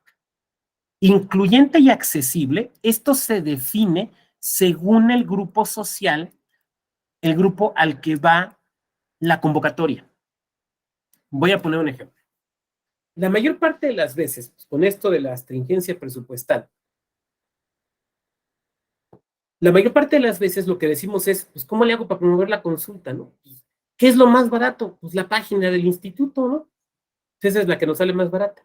Entonces ahí les decimos a los del jurídico, oye, hazte la convocatoria. Entonces, los del jurídico ahí, con fundamento en los artículos tales y tales y tales que nos dijo el doctor Vado de la convención, de tal ley, de tal constitución, y se sacan todo el textote jurídico de la convocatoria, ¿no?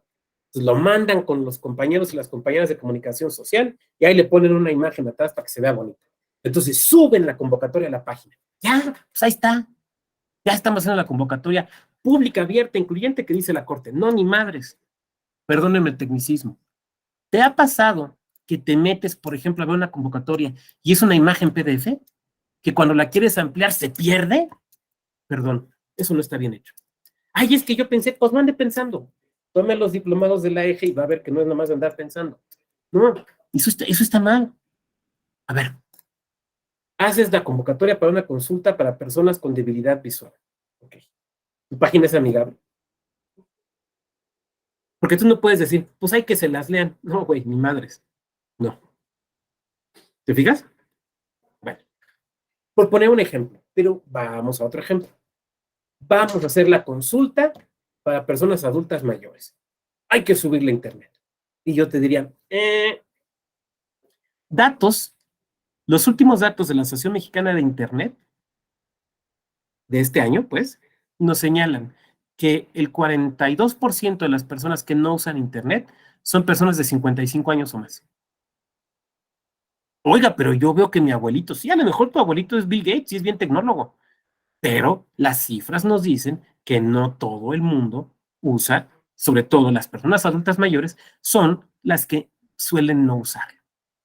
Entonces, si tu convocatoria solamente lo hiciste allí, perdón, no es incluyente. A ver, yo no estoy diciendo que no usen las páginas.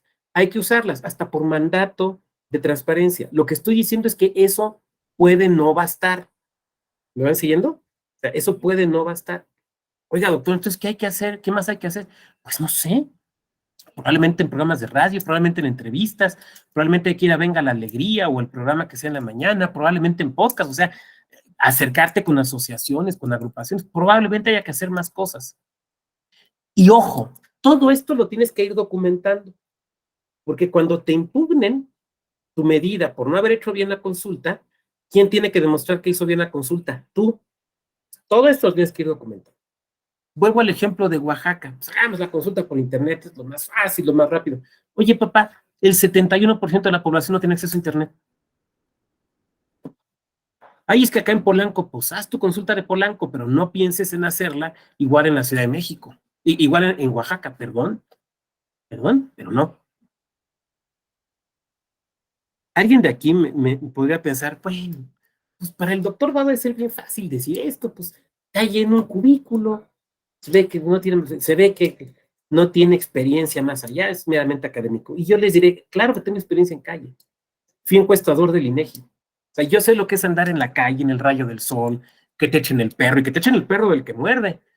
Que no te dejen pasar, duden de ti, no te ofrezcan ni un vasito de Coca-Cola. O sea, sé que lo que estoy diciendo es complejo, es pesado, lo sé. Pero nadie dijo que esto fuera fácil. Nadie dijo que esto fuera sencillo. Nadie dijo que esto fuera barato. Pero estamos hablando de derechos. Los tenemos que materializar. Segunda, la consulta debe contar con un procedimiento para recibir y procesar las participaciones. De nueva cuenta. ¿Cuál es la manera más fácil?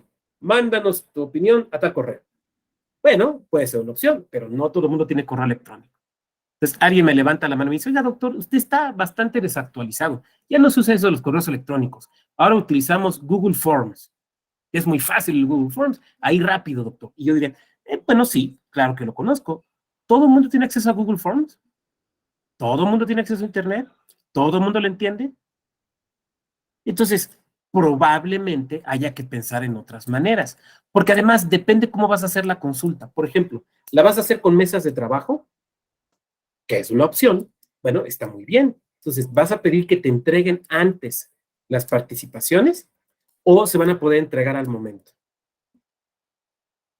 ¿Y cómo te las van a entregar? A ver, miren, me ha tocado organizar foros, me ha tocado participar en foros, de verdad, llega gente con sus hojitas a mano, neta, o sea, en serio, ¿qué les vas a decir? No, es que mira, si no me lo entregas en margen de tanto por tanto, en hoja verujada, convertido a PDF, no te lo puedo recibir.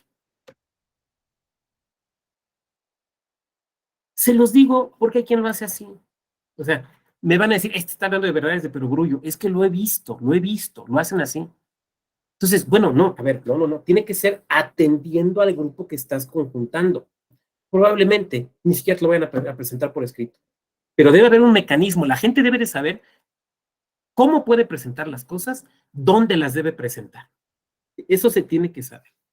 Y tiene que también saberse cuál es el procedimiento conforme al cual se le va a dar trámite. A ver, ya presenté mi documento, pues ¿ahora qué? No, pues ahora ya le agradecemos y mira, hasta le extendemos una constancia electrónica que participó. Ok, muchas gracias por la constancia, pero ¿y? No, pues ahí luego. No. ¿Cómo se va a revisar esto? Por ejemplo, en un OPLE, ¿van a pasar una comisión? ¿Se va a analizar por la Junta Ejecutiva? ¿Será estudiado por un comité? No sé. O sea, pueden ser distintas soluciones. No estoy aquí para decirles cuál. Lo que estoy aquí es para decirles que se tiene que decir y que esto tiene que quedar claro desde la convocatoria. Se debe comunicar oportunamente el procedimiento a seguir. A ver, me gusta. En algunas, esto creo que pasa sobre todo en prepas y en universidad. Yo lo he visto en públicas y en privadas, pero bueno. Les tocó cuando estudiaban en prepa o en universidad que venía, por ejemplo, la renovación de la sociedad de estudiantes, ¿no? Y entonces, pues ya iba a salir el presidente o la presidenta, pues quería dejar a sus cuates, ¿no? Entonces, lo que hacían era, esto es en serio, sacar la convocatoria, una sola hojita, pegarla en la puerta del baño de los hombres por dentro y cerrar con llave. Y dar media hora para la inscripción de las planillas. Esa era la clásica. Esta o variaciones clásicas. Seguramente aquí a varios les tocó algo similar. Y entonces, oye, pues ¿cómo que planilla única? Pues es que fue la que se escribió. Oye, pues yo no supe cómo no, mira, la convocatoria estuvo tal día. Oye, pero pues ahí decía que no se podía pasar, que sin servicio y no hubo más. Ah, pues es que no había hojas. Son los únicos. No, espérame, papá, no, a ver, no se vale. Acá tampoco se vale eso. En ocasiones pasa que la autoridad, por ejemplo, se ve forzada o se ve evidenciada de que tiene que hacer consulta y no la quería hacer o no la iba a hacer. Y entonces, pues sacamos la convocatoria del viernes para el lunes, ¿no? Rápido nos echamos esto porque ya se nos está acabando el tiempo, ya tenemos los trabajos y hay que darle para adelante, ¿no? Entonces, de viernes para el lunes. Yo no les puedo decir cuántos días. Lo que sí les puedo decir es que deben ser los suficientes para que las personas puedan enterarse, prever y prepararse. Porque a lo mejor quiero participar, pero resulta que sería trabajo. Bueno, pues necesito hablar con mis jefes, mis jefas, para ver si me autorizan, ¿no? O sea, la ciudadanía no está solamente pendiente a ver cuándo la consultan. Las personas, pues, hacemos nuestra vida normal. Necesitamos prever. Entonces, no puede ser de un día para otro. No puede ser algo intempestivo. Se debe dar tiempo suficiente. Por último, se debe de constatar que en la consulta participaron personas que pertenecen al grupo que se pretendía consultar. Vuelvo al ejemplo. Hacemos la consulta para personas adultas mayores. Ya la hicimos, tomamos la medida. ¡Chin! Nos la impugnaron. Pues ahí están los tribunales. A ver, vamos a revisar en el tribunal. A ver, ¿qué medida tomaste? No, pues fíjese que este acuerdo para un acuerdo sobre los lineamientos para la participación política de las personas adultas mayores. Ok, a ver, tuviste que hacer consulta. ¿Hiciste consulta? Sí, cómo no, mira, aquí están las constancias. Oye, aquí veo que doctor fulano, geriatra perengana. Sí, es que pues el colegio de geriatras y gerontólogos nos dijo, a ver, ¿y dónde están las personas adultas mayores? ¿Dónde están? Se tiene que hacer constar que participó el grupo convocado. O personas con discapacidad, ¿dónde están? O sea, esto se tiene que documentar y se puede documentar de muchas maneras. No sé, videos, con los propios documentos que entregan las personas, listas de asistencias. Hay muchas maneras de documentar. Pero tú lo tienes que documentar porque esa es la esencia de la consulta. Ya lo vimos que incluso son mandatos legales e internacionales. Tienes que acreditar que la consulta se hizo. Bueno, hasta ahí lo que nos dice la Corte. Ahora va lo que digo yo. Por lo tanto, háganle caso a la Corte. Eso sí, lo que yo digo puede parecerles o no adecuado, lo someto a su consideración y podemos debatir. A mí me parece que si la consulta se va a hacer, y si se va a hacer tiene que ser de buena fe, una de las obligaciones de la autoridad es poner a disposición el material con el que cuenta. Entonces, vamos a suponer que, decíamos, la compañera Rosa Estela preside una comisión temporal allá en su OPLE de participación política. Vamos a ponerle el nombre así. Entonces, van a hacer una consulta para personas afromexicanas o para personas con discapacidad, para cualquiera de estos grupos. Y entonces ella, Rosa, dice, bueno, a ver, ¿qué tenemos? Entonces el jurídico les dice, mire, pues ya tenemos este proyecto de lineamientos. Ah, muy bien. Los de asesores le dicen, mire, pues tenemos estos materiales, estas investigaciones que sostienen este tipo de cuestiones. Ok. Creo que lo que debe hacer la autoridad al convocar es poner esos materiales al acceso a la ciudadanía. A ver, vengan, miren, tenemos esto. A ver, este es el proyecto que tenemos, pero es proyecto, ayúdenos a enriquecerlo. Ahí está. Estos son los estudios, las investigaciones, las opiniones expertas que tenemos. Pero si ustedes tienen algo más, por favor, acérquenoslo. Entonces, a lo mejor llega el compañero Oscar y dicen, oiga, ¿saben qué? Pues esa investigación que ustedes ahí tenían de tal cosa está mal porque ya fue refutada por esta otra. Ah, muy bien. ¿Ok? Pero ya Oscar puede decir, pues está este material.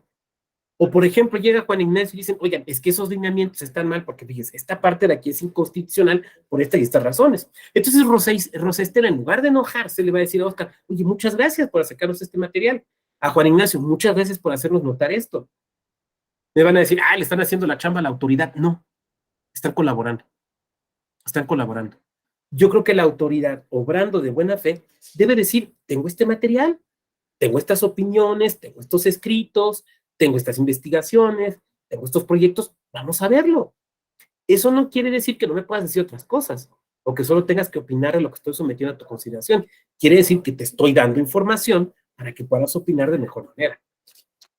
Pero insisto, esto que estoy diciendo ahorita en esta última parte, eso lo digo yo, no lo dice la Corte, no lo van a encontrar en estos antecedentes, pero a mí me parece que partiendo, insisto, de que las consultas sean reales y las consultas sean de buena fe, pues yo creo que sí se justifica.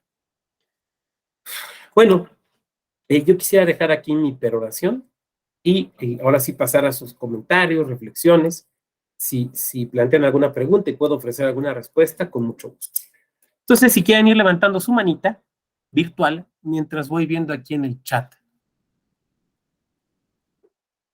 Aquí en el chat que tenemos. Dice, y quienes siguen... a ver. Bueno, en el comentario de Daniel y de Marisela creo que ya los atendimos. Daniel vuelve a decir, dice, el reto de desafío sería conciliar los intereses y o derechos involucrados. Claro, claro, Daniel. Y ahí tengo la Biblia. Ya la han visto que la uso, ¿no? Es de esos libros que siempre tienes que tener a la mano, ¿no? Hay que aplicar el test de proporcionalidad. Aquí saqué el libro de Barak, que es el clásico del tema. Digo, hay otros, pero este es el clásico, ¿no? Hay que aplicar el test de proporcionalidad. Sí, claro, claro. Y esto es muy importante porque, por ejemplo, cuando esto se decide en un acuerdo por parte de un órgano electoral, del INE o de un OPLE, el examen de proporcionalidad se debe hacer desde el propio acuerdo, porque es donde vas a demostrar la idoneidad, la necesidad y la proporcionalidad en sentido estricto de la medida, que probablemente esté afectando otro derecho. Vuelvo al ejemplo de las mesas de los restaurantes. O sea, yo no estoy, si se fijan, yo no estoy diciendo si la medida estuvo bien o estuvo mal. Lo que estoy diciendo es que probablemente, si se consulta, la medida es diversa, es distinta, ¿no? Entonces, sí, claro, claro, Daniel, hay que hacer eso desde esa parte, sí. Es que miren, aplicar el test de proporcionalidad no es una obligación exclusiva o no es una herramienta solamente para jueces, juezas y tribunales. Es una herramienta que otras autoridades pueden utilizarla. Por ejemplo, los órganos legislativos. Los órganos legislativos pueden, en sus exposiciones de motivos, hacer test de proporcionalidad. Yo incluso diría, cuando se trata de cuestiones que pueden afectar principios o derechos, creo que la tienen que hacer de cajón. Y entonces, desde ahí decirle a la autoridad judicial, mira, mi medida sí es correcta. No esperar que lo haga solamente el tribunal. Pero, por ejemplo, un órgano administrativo, un órgano autónomo como un OPLE, también lo puede hacer. Yo diría, también lo tiene que hacer. No es motivo de nuestra sesión, eso ha sido motivo de otras, pero cuando se toma una acción afirmativa, todo esto lo tiene que fundamentar adecuadamente el OPLE, fundamentar y motivar. O sea, no es aventar la acción afirmativa por aventarla. De entrada tienes que determinar que exista realmente el grupo que tú estás considerando como desfavorecido. Porque si no, cualquiera puede ser, ¿no? Entonces, esto hay que hacerlo con seriedad, hay que hacerlo bien. Y ahí entra desde luego la proporcionalidad. Dice Fabiola, ¿y quienes sí lo tienen no es de la mejor calidad? Ay, no sé a qué te refieras, Fabiola. Seguramente era de algo que estábamos haciendo en ese momento, pero no. Sí, hablaba del internet en el estado de Oaxaca, porque allá no hay fibra óptica. Ya de entrada, ¿no? Ya de entrada. 2012, dice, tuvimos una persona que deseaba ser CAE, pero una persona invidente al 2018 en el INE. Aún no se tiene la posibilidad de presentar un examen en braille. Sí, por ejemplo, esta persona que les digo que nos dio este curso del que he platicado, nos decía, bueno, si yo quisiera competir para consejera de un NUPLE, ¿cómo le hago? Y yo decía, tiene razón. Pero es que eso lo sabemos cuando preguntamos, ¿no? Entonces, bueno, va por allá. Muy bien, ahora sí, bueno, ya agotamos los comentarios aquí. Manos levantadas. Juan Ignacio, adelante, Juan Ignacio. Sí, bueno, yo tengo 2 preguntas y un comentario, ahorita que veo el comentario de Fabiola. Las preguntas primero. Si tú, de acuerdo a tu experiencia, si tú consideras, doctor, que las acciones afirmativas que se toman en los soples o los órganos, en los soples, y deberían ser consultables a este tipo de, o sea, también deberían entrar ahí a las consultas Ok. para poder, vamos, creo que se entiende la idea, ¿no? Como para poder tomar la mejor decisión posible, no solamente aventar la acción afirmativa como tal, esa es mi pregunta. Y la otra, también de acuerdo a tu experiencia, ¿cuál consideras que es el principal reto que enfrenta el hecho de estas consultas? O sea, vamos, ¿cómo explicarlo? Si hay conciencia de parte de quien las tendría que llevar a cabo para hacerlo, o hay que trabajar mucho en esta parte de sensibilidad de las propias autoridades. Esas son las 2 preguntas que tengo. Y la otra, Gracias. digo, Sí, ya el sí. comentario, me parece que en esta época el INE ya está tomando ese tipo de acciones. Creo que ahora sí ya pueden aplicar el examen si tuvieras una discapacidad visual o algún otro tipo de discapacidad, pero aunque todavía no hay en todas las medidas para todos los tipos de discapacidad, está la obligación de parte del aspirante de comunicar los ajustes que necesita para la aplicación de los exámenes. Entonces, eso sí se puede hacer. Creo que ahí se tendría que explicar la manera en que se puede llevar a cabo este ajuste para hacer la prueba. Eso es lo que...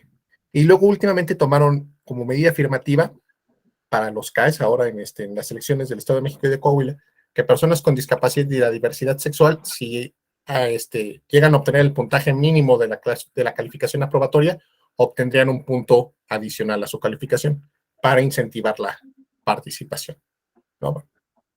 Habría que ver si los van a mandar a las personas con discapacidad a lugares accesibles, ¿no? Porque pues, si te mandan a un lugar con terracería, pues sí estaría más complicado, ¿no? Bueno, pero son las preguntas y el comentario hasta el momento. Gracias. Gracias, Juan Ignacio. A la primera directa. Las acciones afirmativas deberían ser consultadas. Y yo creo que como regla general, sí. Ahora bien, puede suceder, y hay antecedentes incluso validados por el Tribunal Electoral, situaciones donde no sea necesario consultar. Recuerdo un caso, tiene que ver con consulta indígena, que no fue nuestro tema, pero bueno, de Oaxaca, donde sin consulta previa se establecieron las candidaturas independientes indígenas, dando, digamos, ampliando ciertas prerrogativas, ¿no? O sea, facilitándolas, pues es lo que quiero decir. Entonces alguien impugnó, no sé quién, señalando que no se hizo la consulta. Y la respuesta del tribunal fue, bueno, sí, no se hizo la consulta, pero en base a criterios de la Corte no era obligatoria porque no les estabas alterando su forma de vida o de gobierno, ¿no? Porque sus normas internas, esas siguen. Lo que estás haciendo es ampliar la posibilidad de la participación política. Por lo tanto, no les estás limitando, le estás ampliando. O sea, no estás afectando en un sentido negativo, pues, por lo tanto, es válido que se haya tomado sin consulta. Lo que diría es que, si bien existe este criterio, es que la regla es tienes que consultar. ¿Cuándo no? Cuando puedas justificar que no había un efecto negativo. Pero esto ya es un ejercicio, o sea, lo que no podría yo contestar es casos específicos. O sea, más bien, eso se tendría que demostrar. Y yo también diría, ante la duda, mejor consulta. La verdad es que ante la duda, mejor consulta. ¿Cuáles son, ahora, respondido esto, cuáles son los retos de este tipo de consultas? Yo diría que varios, Juan. El primero de ellos es que sepan que se tiene que hacer. Ese es el primero de ellos. Yo recuerdo un caso, fue el año pasado, una magistrada de un Tribunal Superior de Justicia de una sala civil me invita a dar una plática a su ponencia sobre cuestiones de derechos humanos. Porque ella me decía, es que cuando estamos revisando los proyectos y yo les digo, oye, pero pues aquí falta una perspectiva de derechos humanos y demás, los proyectistas, las proyectistas, secretarias, estoy en cuenta, que tienen 20 años en lo civil, le decían, no, pues ¿cuáles derechos humanos? Aquí puro derecho privado, aquí pura igualdad de las partes, ¿cuáles derechos humanos ni qué mis polainas? Y ella consideraba que estaba mal. Pues voy a dar la plática. Oigan, no la bueno, fue en línea, ¿no? Dar la plática y todo. Y entonces, una proyectista me dice, bueno, ya saben, estas cuestiones a veces un poquito como pasivas agresivas, ¿no? Bueno, pues qué padre su plática, y qué bueno, y siempre la visión académica. Cuando te empiezan a decir la visión académica, están suponiendo que uno no tiene experiencia práctica, ¿no? La visión académica. Pero es que no sé, digo, a ver, licenciada, ¿le ha tocado algún asunto donde hay una persona adulta mayor? Sí, así como, ay, güey, pues obvio, ¿no? Bueno, ¿tomó en cuenta los derechos y los principios de la ley de las personas adultas mayores? Y su cara fue así como, ah, no, bueno, pues es que el código, no, pero hay una ley que establece derechos y principios, que no me importa si el asunto es civil, penal, mercantil, agrario, usted tiene que atender. Hay criterios de la Corte Interamericana que establecen que cuando en un juicio una de las partes es persona adulta mayor, el deber de celeridad es mayor y se tiene que poner hasta arriba de otros. Ya sabrán, la otra nada más pelando los ojos, así como, oye, no, pues sí. O sea, muy civil su ponencia, estoy de acuerdo. Pero eso no quiere decir que no haya derechos humanos. Lo que pasa es que no sabía, ¿no? Bueno, el primer reto es que sepan que se tiene que hacer. Ese es el primer reto, para que sepan que se tiene que hacer. El segundo reto es que acepten, tal vez este es más difícil, que uno no tiene todas las respuestas. O sea, yo puedo decir, no, pues soy doctor, a mí qué caramba me van a venir a enseñar las publicaciones, los estudios. No, güey, sabes muy poquito. Todos sabemos el más sabio, la más sabia del mundo sabe muy poquito, porque sabemos lo que puede saber una persona, que es una experiencia limitada, muy concreta. Pero si voy y le pregunto a las personas que saben, si voy y le pregunto a las personas que van a vivir con la decisión va a ser mejor. Pero eso implica tener humildad. Eso implica aceptar que uno puede tener 3 postdoctorados, uno puede tener la mejor de las intenciones, uno puede ser, ¿se acuerdan del personaje este de Ozymandias? O sea, el hombre más inteligente del mundo. Uno puede ser la persona más inteligente del mundo, pero aún así no lo sabes todo. Eso requiere humildad. Hay gente a la que la humildad a veces le cuesta trabajo. Y hay veces que simplemente dice, pues, ¿para qué? Si yo ya sé. Bueno, a lo mejor no sabes. Otro reto es el reto operativo. Ok, ¿cómo hacerla? ¿Cómo hacerla? O sea, ya me convenció que hay que hacerla. Ahora dígame cómo hay que hacerla. Por eso, digamos, la parte final de mi peroración iba por allí. A ver, bueno, pues ahí, yo no te puedo dar las reglas, porque esas deberían estar en la ley, pero no están. Bueno, a lo mejor en alguna ley particular de alguna entidad, a lo mejor sí, me dicen, oiga, aquí en la ley de personas con discapacidad de Tabasco sí vienen las reglas. Ah, qué bueno. Pero aunque no vengan las reglas o sí vengan, tienes que hacerla conforme principios. Y esos principios son los que yo platicaba, que insisto, yo no me los inventé, por eso les hice la referencia. Están en sentencias de la Corte. Ahí hay una serie de pasos que tienes que cumplir. Y salvo mejor comentario de ustedes, me parece que son pasos racionales, son pasos que se entienden, son pasos que son acordes con los derechos fundamentales. El último reto que yo observo, Juan Ignacio, es el reto político. A ver, casi siempre las acciones afirmativas le estorban a alguien. Por ejemplo, a un partido político. Entonces, casi siempre, no digo que siempre, no digo que todos, esto no tiene que ver con colores o con ideologías, ¿eh? No estoy hablando de ninguno en particular. A lo mejor estoy hablando de todos, pero no estoy hablando de ninguno en particular. Les puede estorbar las acciones afirmativas, como les estorba la paridad. Entonces, puede ser que haya ahí, pues, ciertas tensiones o presiones políticas.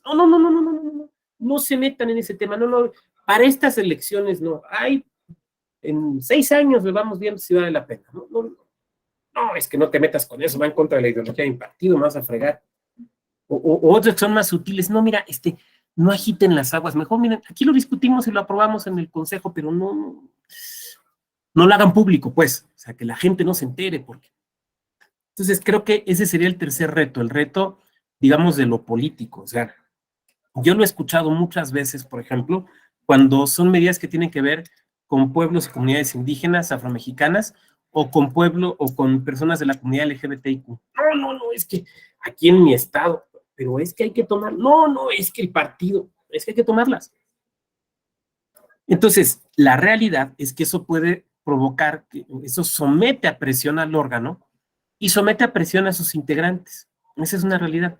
Pero también seamos sinceros, o sea, yo creo que nadie con 2 dedos de frente puede pensar que ser consejero o consejero es que jamás te van a presionar, que jamás te van a presionar políticamente, que jamás te van a amenazar. Pues, a ver, de antemano les digo, sí, a cada rato, y por eso uno se queda calvo. No es solamente por la genética, claro, desde luego, estás decidiendo cuestiones que inciden en lo político. Claro que afectas intereses, claro que te van a presionar, claro que hay temas que en una entidad, oye, es que, ¿cómo vamos a hablar aquí de tal cosa? No, mejor, o sea, que hay que hablar de eso porque son derechos internacionales, porque están fundamentados en tratados internacionales, porque hay sentencias. ¿Cómo se puede un poquito paliar esto? Sobre todo esto último. A ver, yo diría lo siguiente. Primero, las presiones no se pueden evitar. Esas van a llegar. No se preocupen, les van a llegar. Lo segundo es, ayuda mucho que los asuntos, que nos apeguemos a un principio de la materia electoral, que es la máxima publicidad. Eso ayuda mucho. A ver, lo que se hace público no debe preocuparnos, lo que es público no debe preocuparnos, nos debe preocuparnos lo que se hace en lo oscurito, es lo que nos debe preocupar.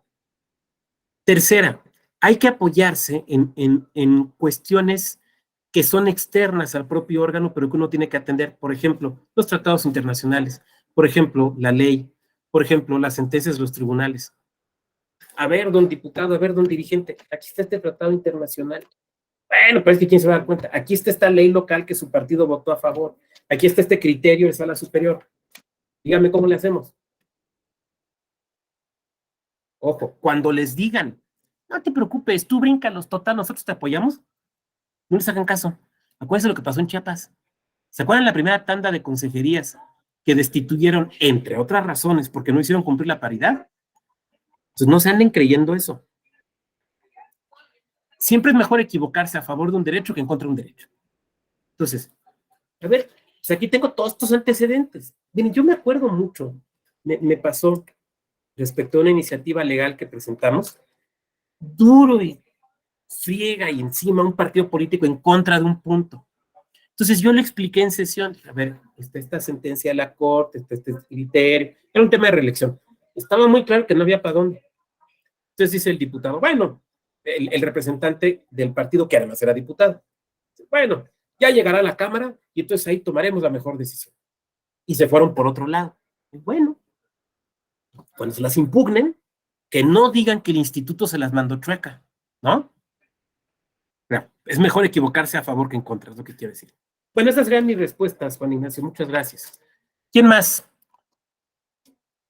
No veo más manitas y eso me preocupa.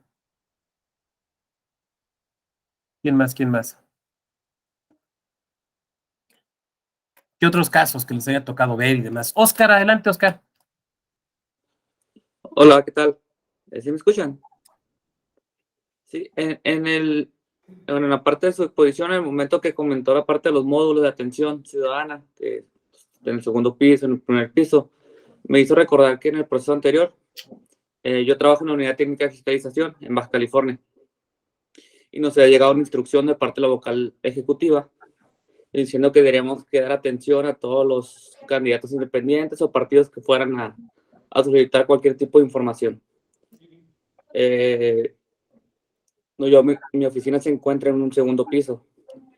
Y en una ocasión llegó un aspirante a candidato independiente, pues con se llama un problema motriz temporal, porque era una fractura.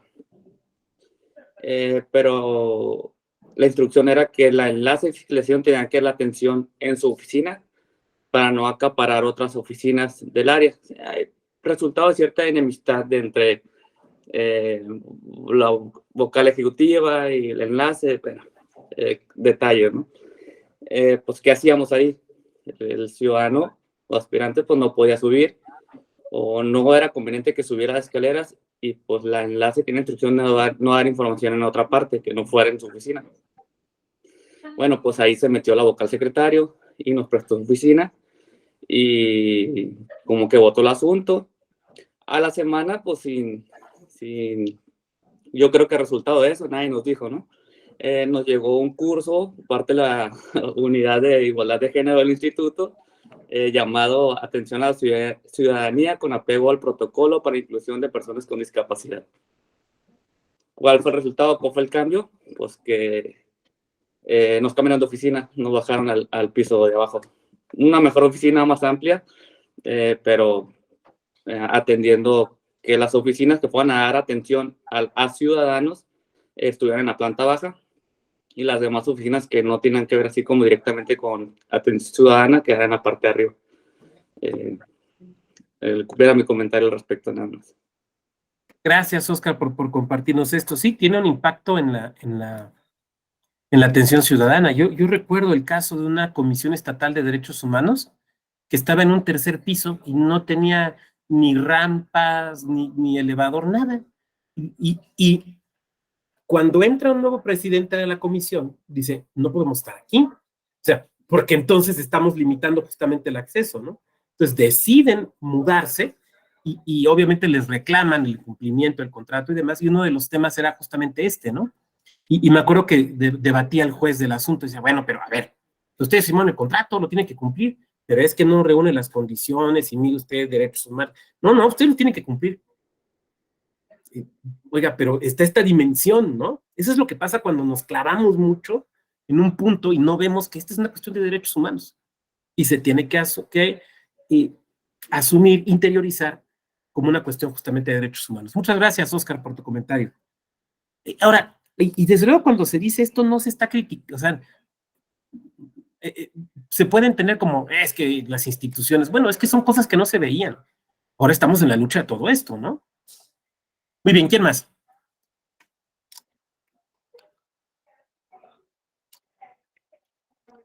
Nos quedan algunos minutos, ¿quién más? Que nos quiera platicar también un asunto que le haya tocado incluso resolver, de una medida que se haya discutido, un acuerdo en el que le haya tocado participar, una discusión donde hacemos la consulta, no la hacemos. ¿Quién más?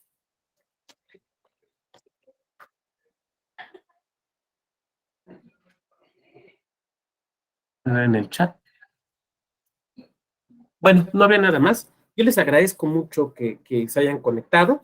Estamos acabando unos minutitos antes. La verdad es que es un tema, como ustedes lo vieron, lo insinuamos un poco, ¿no? Ahí más bien hay que echarse un clavado y profundizar. Adelante, Marisela. Profe, yo le iba a comentar sobre lo que hace rato le había preguntado. Cuando usted nos comentó que el resultado de este tipo de consultas es estrictamente orientativo, ¿no convendría dentro del ámbito de su experiencia tal vez que se pueda concretar un poco más la fuerza vinculante jurídicamente que puede tener este tipo de consultas? Porque entiendo que se desee incluir la participación ciudadana, pero me preocupa que la forma en la que se le incluye no necesariamente termina en un efecto para materializar la decisión de quienes se les consulta. Entonces, no sé si sería viable dentro de su ámbito de experiencia, como ve, sería cuestión de que tal vez se trabaje en un futuro, o no sé, a ver, cuéntanos por favor. Es una espléndida pregunta. Yo creo que en principio está bien que no sea obligatorio. O sea, que no sea obligatorio por varias razones. Primera, porque las conclusiones pueden ser contradictorias. O sea, tú puedes llegar a un foro representando una asociación y dices tu opinión en un sentido. Y llega el compañero Alberto Sánchez, que representa otra asociación, digamos, del mismo grupo de personas convocadas y dice una cosa totalmente distinta. Y entonces llega el compañero Edmundo y propone una tercera, ¿no? Entonces, el primer tema es ¿a cuál le hacemos caso? Entonces, sería difícil determinar una obligatoriedad, porque las voces, la realidad es que en este tipo de consultas, las voces suelen no ser coincidentes. Miren, me tocó participar en el Parlamento Abierto que se hizo sobre la reforma electoral con el tema de propaganda gubernamental. Entonces llego y pues ahí dije lo que me parecía correcto decir, ¿no?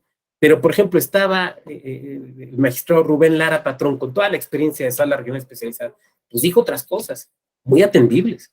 Y estaba el presidente del Sistema Mexicano de Comunicación, Genaro Villamil, con toda la experiencia también, pues dice otras.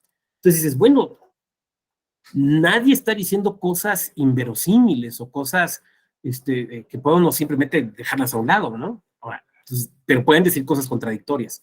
Entonces, eso por un lado. Por otro lado, porque como decía, no me acuerdo si era Daniel, se tiene que hacer un ejercicio de ponderación.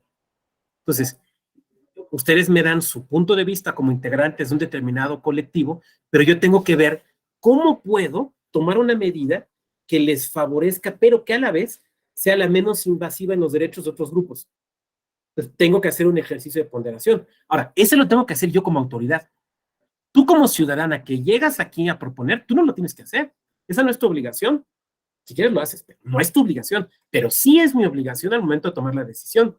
Entonces, esto me puede obligar a que module la decisión. Por eso me parece que no sería difícil pensar que fueran obligatorios. Pero en lo que sí creo, y es una respuesta, tú me pediste mi opinión, entonces mi respuesta es absolutamente personal. Lo que sí creo es que los tribunales deben ser muy cuidadosos cuando analizan estos asuntos para que se pueda demostrar la seriedad con la que lo hizo la autoridad. O sea, que la consulta sí cumplió con todos estos elementos que vimos, que se desprenden, insisto, no de mi impresión, sino de decisiones de la Corte.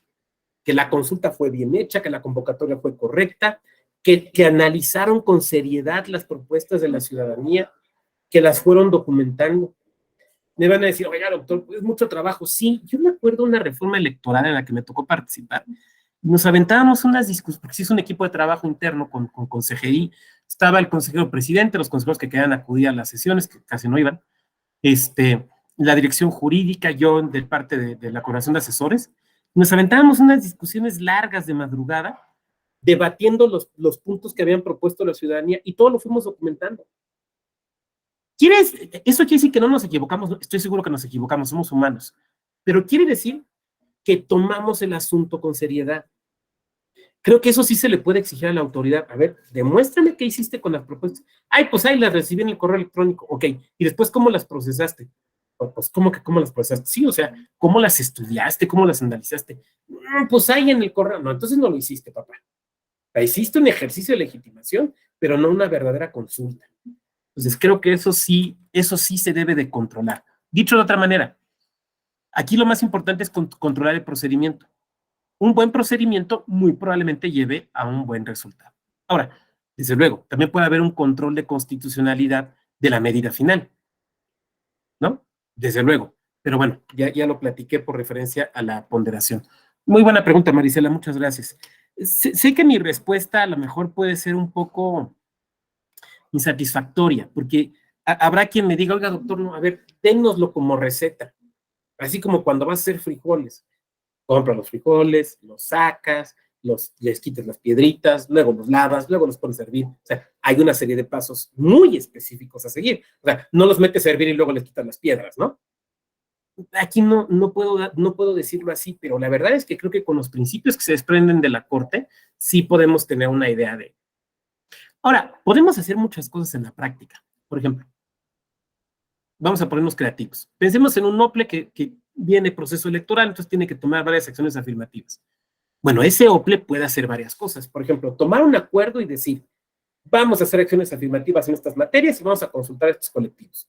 Y tomar otro acuerdo donde diga, el procedimiento de consulta a seguir va a ser este. Esos acuerdos los tomas para que te los impugnen. Y ustedes van a decir, oiga, ¿cómo quiere que le impugnen? Pues haga bien las cosas en un inicio. No, las vas a hacer bien. Pero es que si te las impugnan y se sostienen, quiere decir que ya está bien, entonces nomás ejecutas. Si te las impugnan y algo no estuvo bien o hay que corregir algo, te lo corrigen y cuando los ejecutas, ya la ejecutas corregida. ¿Te fijas? O sea, vas con mayor certeza y seguridad jurídica. Entonces, no estoy diciendo que lo hagas a la y se va. Hazlo bien, pero hazlo con tiempo para que corran las impugnaciones y se depure. Porque donde te anden tumbando todo eso, cuando ya estás a 2 días de los registros de candidaturas, ahí sí, como dice la Biblia, van a ser los lloros y el crujir de dientes. Mejor hazlo con tiempo. Así, si está bien, se sostiene. Si algo faltó, si no estuvo bien, si una interpretación no fue la que se esperaba, te lo corrigen y lo ejecutas con tiempo para ti, para los partidos y para los grupos que van a consultar, y lo haces bien. Ya es más fácil que llegues a una decisión correcta. Gracias, Marisela. Muy bien. ¿Alguien más? Gracias, Bueno, pues, profe. con gusto, les agradezco mucho. Creo que nos toca sesión, no nos toca mañana, ¿verdad? ¿O sí? Bueno, Nos falta una sesión. nos falta una sesión. Bueno, entonces nos vemos en la siguiente sesión. Perdón, es que ahorita me norteé de fechas. Nos vemos y que tengan muy buen día. Buen día. Gracias, igualmente, doctor.